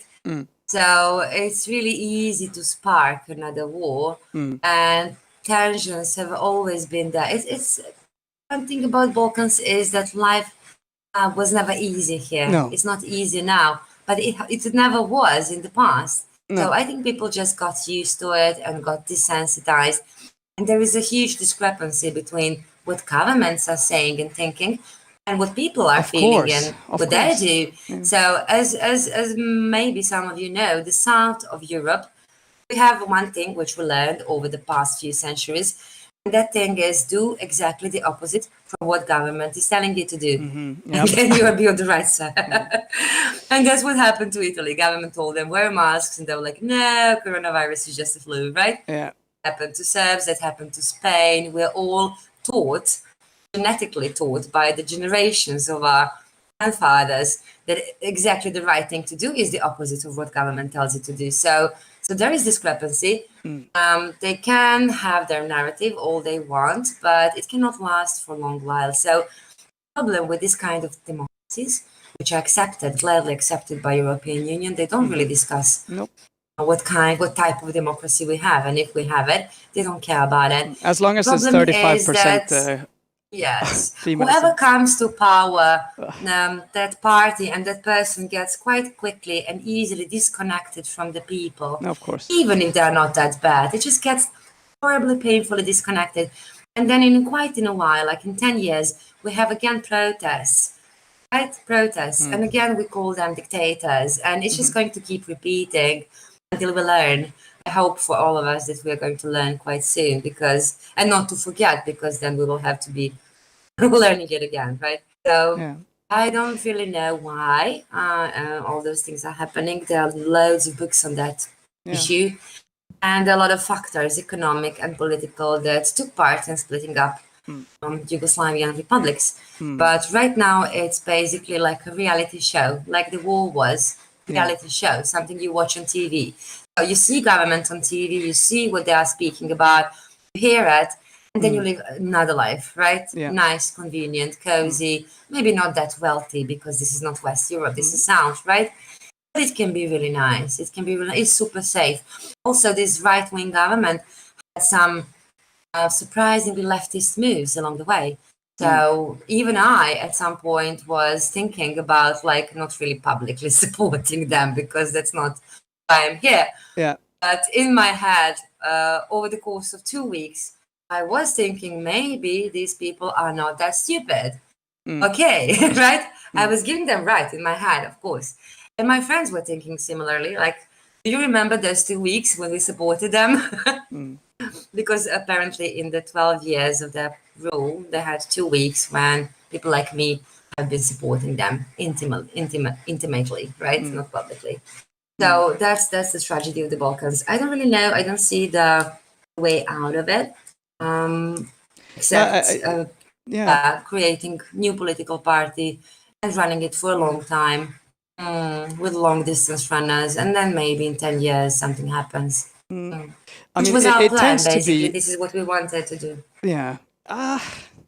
Well, yeah. I mean, it tends to be extremely hard to get out of those cycles as well when in the sort of contested regions as well. I mean, where you've had where you know it's kind of there's a lot of possible issues that can come up, and it's issues. I mean, obviously for this whole area, this is essentially, basically Europe and Russia's the influence here of these states and how they. I mean, the fact that we can be okay with a lot of this, and that we kind of obviously, and I want to say that because from a Swedish perspective, like it's often, a lot of people actually believe when we say, oh, we have peace processes, the European peace process, and now we will, democracy and their liberation, the same talk that U.S. have done for a long time in many ways to fool its own citizens, we will set these people free. That sort of rhetoric. but it's quite symptomatic for running a war for peace is like right, for virginity, right? Yeah. Yeah, but Exactly. Yeah. But even worse than that, I mean, quite often the goals are very geostrategically, the geopolitical goals, right? And but a lot of, and I think it's just fundamentally important to be very wary of that type of kind of justification, right? Again, like a little bit what we were talking about. It's I not understand like, that a lot of that Scandic yeah. nations feel that Russia is like living in proximity of Russia might be like living in the as in a neighborhood of Tony Soprano. I understand that, and I was honestly surprised when I learned that you are looking at Russia as of like a big brother or bully or like a neighbor that is bullying you right all the time. It's very foreign concept for Serbs. I think a lot of people feel that nothing wrong happened with Russia and Serbia ever, and nothing will in the future. And therefore, all the things that come from Russia are not necessarily evil, which is not the case in the United States. In the United States, if you mention Russia, that immediately has some evil, right, aura around it. So that's not the case here, definitely. No, and no, I think it's really important, and obviously, it's almost actually 9 o'clock already. But Yes, I there's, see that. I mean, there's so much details here. Yeah, and I'm obviously, sorry. I apologize. I mean, it's really complex, and I don't really know how to pick up the oh no, whole no. I mean, story. Like, it's super interesting, but I'm just trying to stop myself from going because it's such you can say that for most of us, I mean, I grew up during a constant news feed when I was young, right? I mean, we're talking 7, maybe to 10, of new bombings in Sarajevo, new it was a constant news story, and it was a constant story that was being told, and it wasn't necessarily this is the Serbs' fault, or this is Muslim or Christian or religious. It was generally being explained as a very complex kind of ethnic conflict. It's very shocking that one European country could get bombed from a NATO. It's shocking. It had never happened in the past. No, I mean, And exactly. also they did it without United Nations approval. They did it on their own without having an agreement on that. And that's the problem with the Kosovo, which is also open problem. It's like someone called it the state of a frozen conflict, because Kosovo is kind of independent state already, but Serbia is not really recognizing it and is actively lobbying against that. And I will always support trolling. That's basically trolling. But I don't really know until it's settled out if we can have a normal life enjoying freedom, safety and security and having a nice life here. Yeah. Because what you do pick up, what you said, you alluded to earlier, which is you said, in 2000s people were starting companies and actually believing that they could do something. Yeah, some people even got back from United States to their own home country, started their own business. Yes, it happened massively on a massive scale. I mean, I think it's very hard to understand the loss of things like that. I mean, the loss of wealth, the loss of lives, not only, but just happiness, future, and freedom. And it's a part of a history where almost none of us in Europe can say that we are without blame, partly, right, for the situation that is now a reality, And I feel it's just, and anyway. I just want to say it's been. I don't want to keep you here over 9. But if you have the possibility to actually and would like to, it would be very interesting to kind of delve deeper into perhaps particular periods of it. Maybe just actually what doing. And I would do the research. What kind of happened during the war? What was what was the perspectives? What are the different histories here that are being told? Because as you know, the truth is almost impossible to find Definitely. But the reality is that it tends to be, if you can kind of follow the money and the power, the general Yes. idea of geopolitics and how that works, you can get a pretty good understanding why something, because it, you know, to be honest, a lot of people die in Yemen. And you gotta hear the whole sentence here. I mean, we have a war in Yemen that we hardly talk about at all in Sweden. You get Yes, I know. you get a bit of news And once in a while. Similar with Syria, right? Under Syria was a siege for bigger. quite a long while. Syria was covered here, at least. You know. Quite, I would say, if you compare Yemen and Syria, it's a world of difference. Yeah, it's a big Because difference. Yeah. Syria, you heard about it pretty much every day, whereas Yemen, I mean, I know about Yemen because I find information, but I have heard it once in Swedish media. I think I've seen it Yes. twice. Yeah, And we're But I talking mean- newspaper, like Yeah. articles, right? And it's not, yeah. I'm talking public service Okay. news outlets, Okay. but it's really, I mean, it's the same. I mean, we're talking less than a handful of times, whereas Syria, for a while, it was at least 4 times a week. and I mean, That's a lot. it's worth to ask yourself, why are we not bombing them? You know, if bombing is gonna lead to peace, right? Why is that Yeah. not something that we're talking about? What was this? And I'm not saying Yeah. anything is right or wrong here, but I you know, kind of going through these things and trying to look at them and little bit, you know, a la kind of Noam Chomsky, kind of understanding the manufacture of Right. consent and how that works in a democracy, and a little bit like that. And I think this, in a way, this conflict is also kind of, it just offers that incredible complexity. A little bit like what you said, and it's kind of funny to say, like that, you know, TV show. It's just too crazy to be true. I mean, there's so many, Yes. there are Yes, so and- many stories here. It's hard to pick it up, and people got desensitized Yeah. because you can't really decide what's more important, right? Is that the cannabis field? Is that some other corruption? Is it coronavirus? Yeah. Is it football hooligans or maybe paramilitary far right? I mean, you just can't decide what's more important. I tend not to look at the social media while I'm having food, so that tells you something. So, yeah, let's not. You never know what's gonna pop up. Yeah. Yeah, No, you but never that know. Yeah, desensitization, actually, we talked about. And we are very,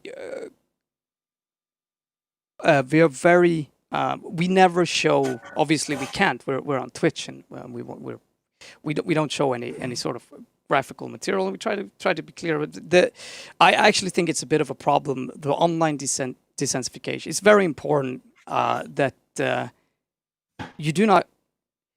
I mean, let's put it like this. You must make sure that when you see someone in pain, that you feel their pain. Like when you can no longer feel another human being's pain, you need to practice empathy. And empathy is a way for us to succeed in life as well. It's not a weakness, it's an absolute strength.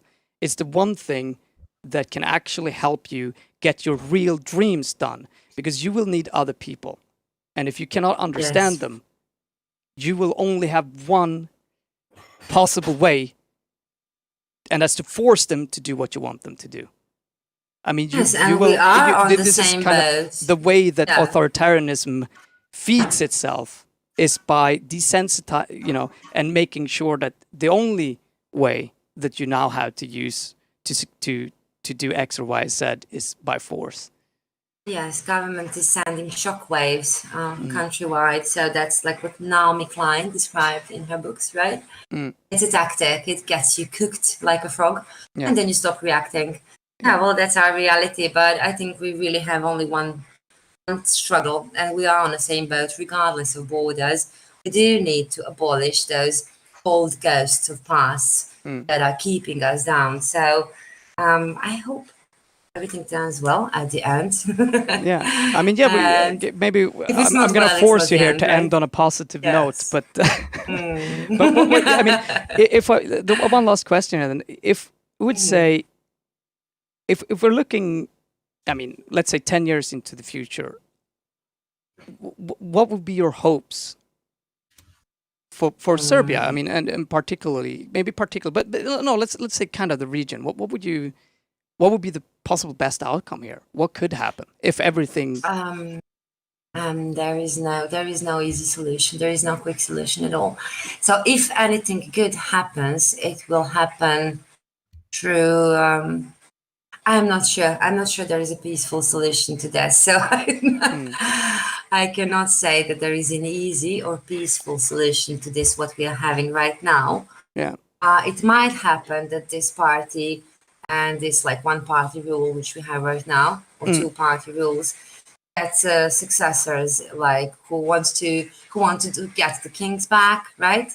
Royalists, or we can have some neoliberals who want to, I don't know, get everything private, like private schools, private health insurance. So I don't really know. There is also a lot of tension between North and province, Vojvodina and Serbia. So out of all leftists I know, majority comes from Vojvodina. People are apparently different, have different mentality, and more equality and equal opportunities for everyone. So I'm not sure how to answer that question. No, I mean, I only hope I won't be here in 10 years. No. I know, and I think what you're saying is like because again, you have that really far right, militant, paramilitary kind of organization, right? And yes. What tends to happen is that the original people who are on that right, you know, kind of alt-right, they're kind of floating, and they won't do anything. They'll kind of allude to it, like Donald Trump, you know, a lot of whistleblower. Yes. Now he's a little bit too stupid, but the people who do it smartly, they do that. The problem is that a lot of people actually believe them, right? They kind of just want to loot the system. They just want power. They have a lot of internal motivations, or they are not often that convinced. They don't really think that everything is you know, this minority's problem or this country's fault, or you know, the crazy. I mean, the typical first thing that they will get rid of is the socialists, right? That's kind of standard. It tends to be the political enemies that are destroying or weakening something. But I have to say, I have some friends who are right wing. Yeah. Of course, I have friends from the left wing as well, and centrists, and even liberals and libertarians. So I'm not really prone to speaking to them, and we agree about really many things. I actually think that if we have people who are honest and who are credible and who can think properly, who have that tool for thinking, we can agree about a lot of things, right? So we wouldn't even be enemies if we were political parties, probably. What's happening is that big narrative that is perpetuated by the media, right? And then there is the problem with the government or with the president of Serbia, which apparently is driven by some sort of pleasure. And he sees people locked down, and the lockdown, he actually makes remarks on TV like to see them squeaking on Twitter. I don't know if you understand how awful that is. I have been watching Justin Trudeau. I have been watching Justin Trudeau and how he addresses his nation, right? Canadians. And I have been watching Emmanuel Macron. And all of them are saying, I am deeply sorry. I sympathize with you. I feel you. I know it's hard to be locked down, but please keep up a little bit because of this, and that. This guy is saying more or less the same thing, but then he adds things on that, like, I want to see you all locked up. I will suggest to the crisis team to impose a lockdown to whole country because of one city, right? You can see that it's driving him in some weird, psychologically speaking way, and he drives some pleasure from people suffering online and like screaming about it. So the good thing is that still we don't have any consequences for expressing our opinion online, or rarely people have consequences. There are incidents, there are cases that people actually got arrested for that. But usually like 99% just goes without any reaction, which is good. So far we have that, and we should use that. Minus the paramilitary possibilities too. Oh, well, minus threats. Plus taser, plus tear gas or whatever you have. Like what's pepper spray, not to take it. Pepper spray. And Because I think, but I mean, like I think one of the possible dangers tends to be that this extreme right takes over, because they would have, and that's normally when real kind of problems start possible. But yeah.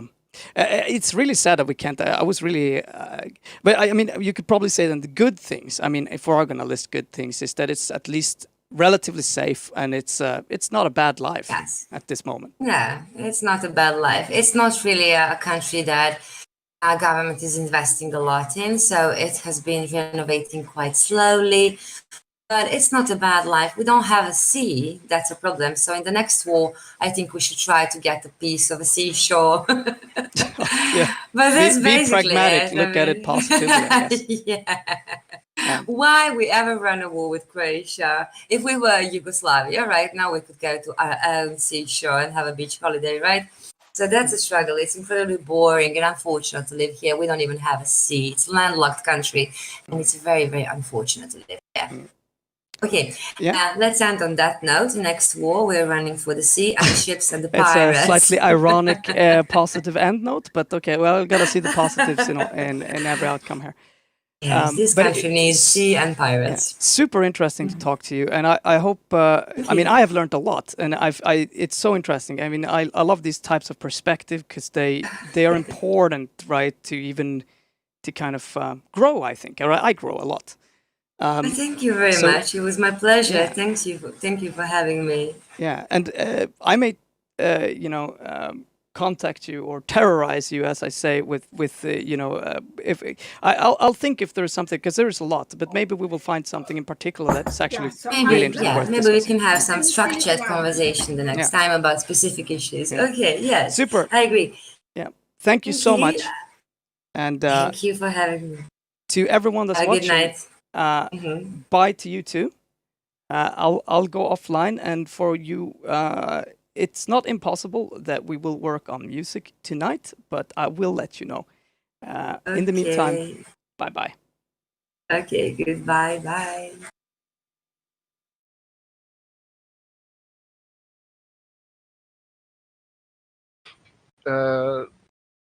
Kuken ute.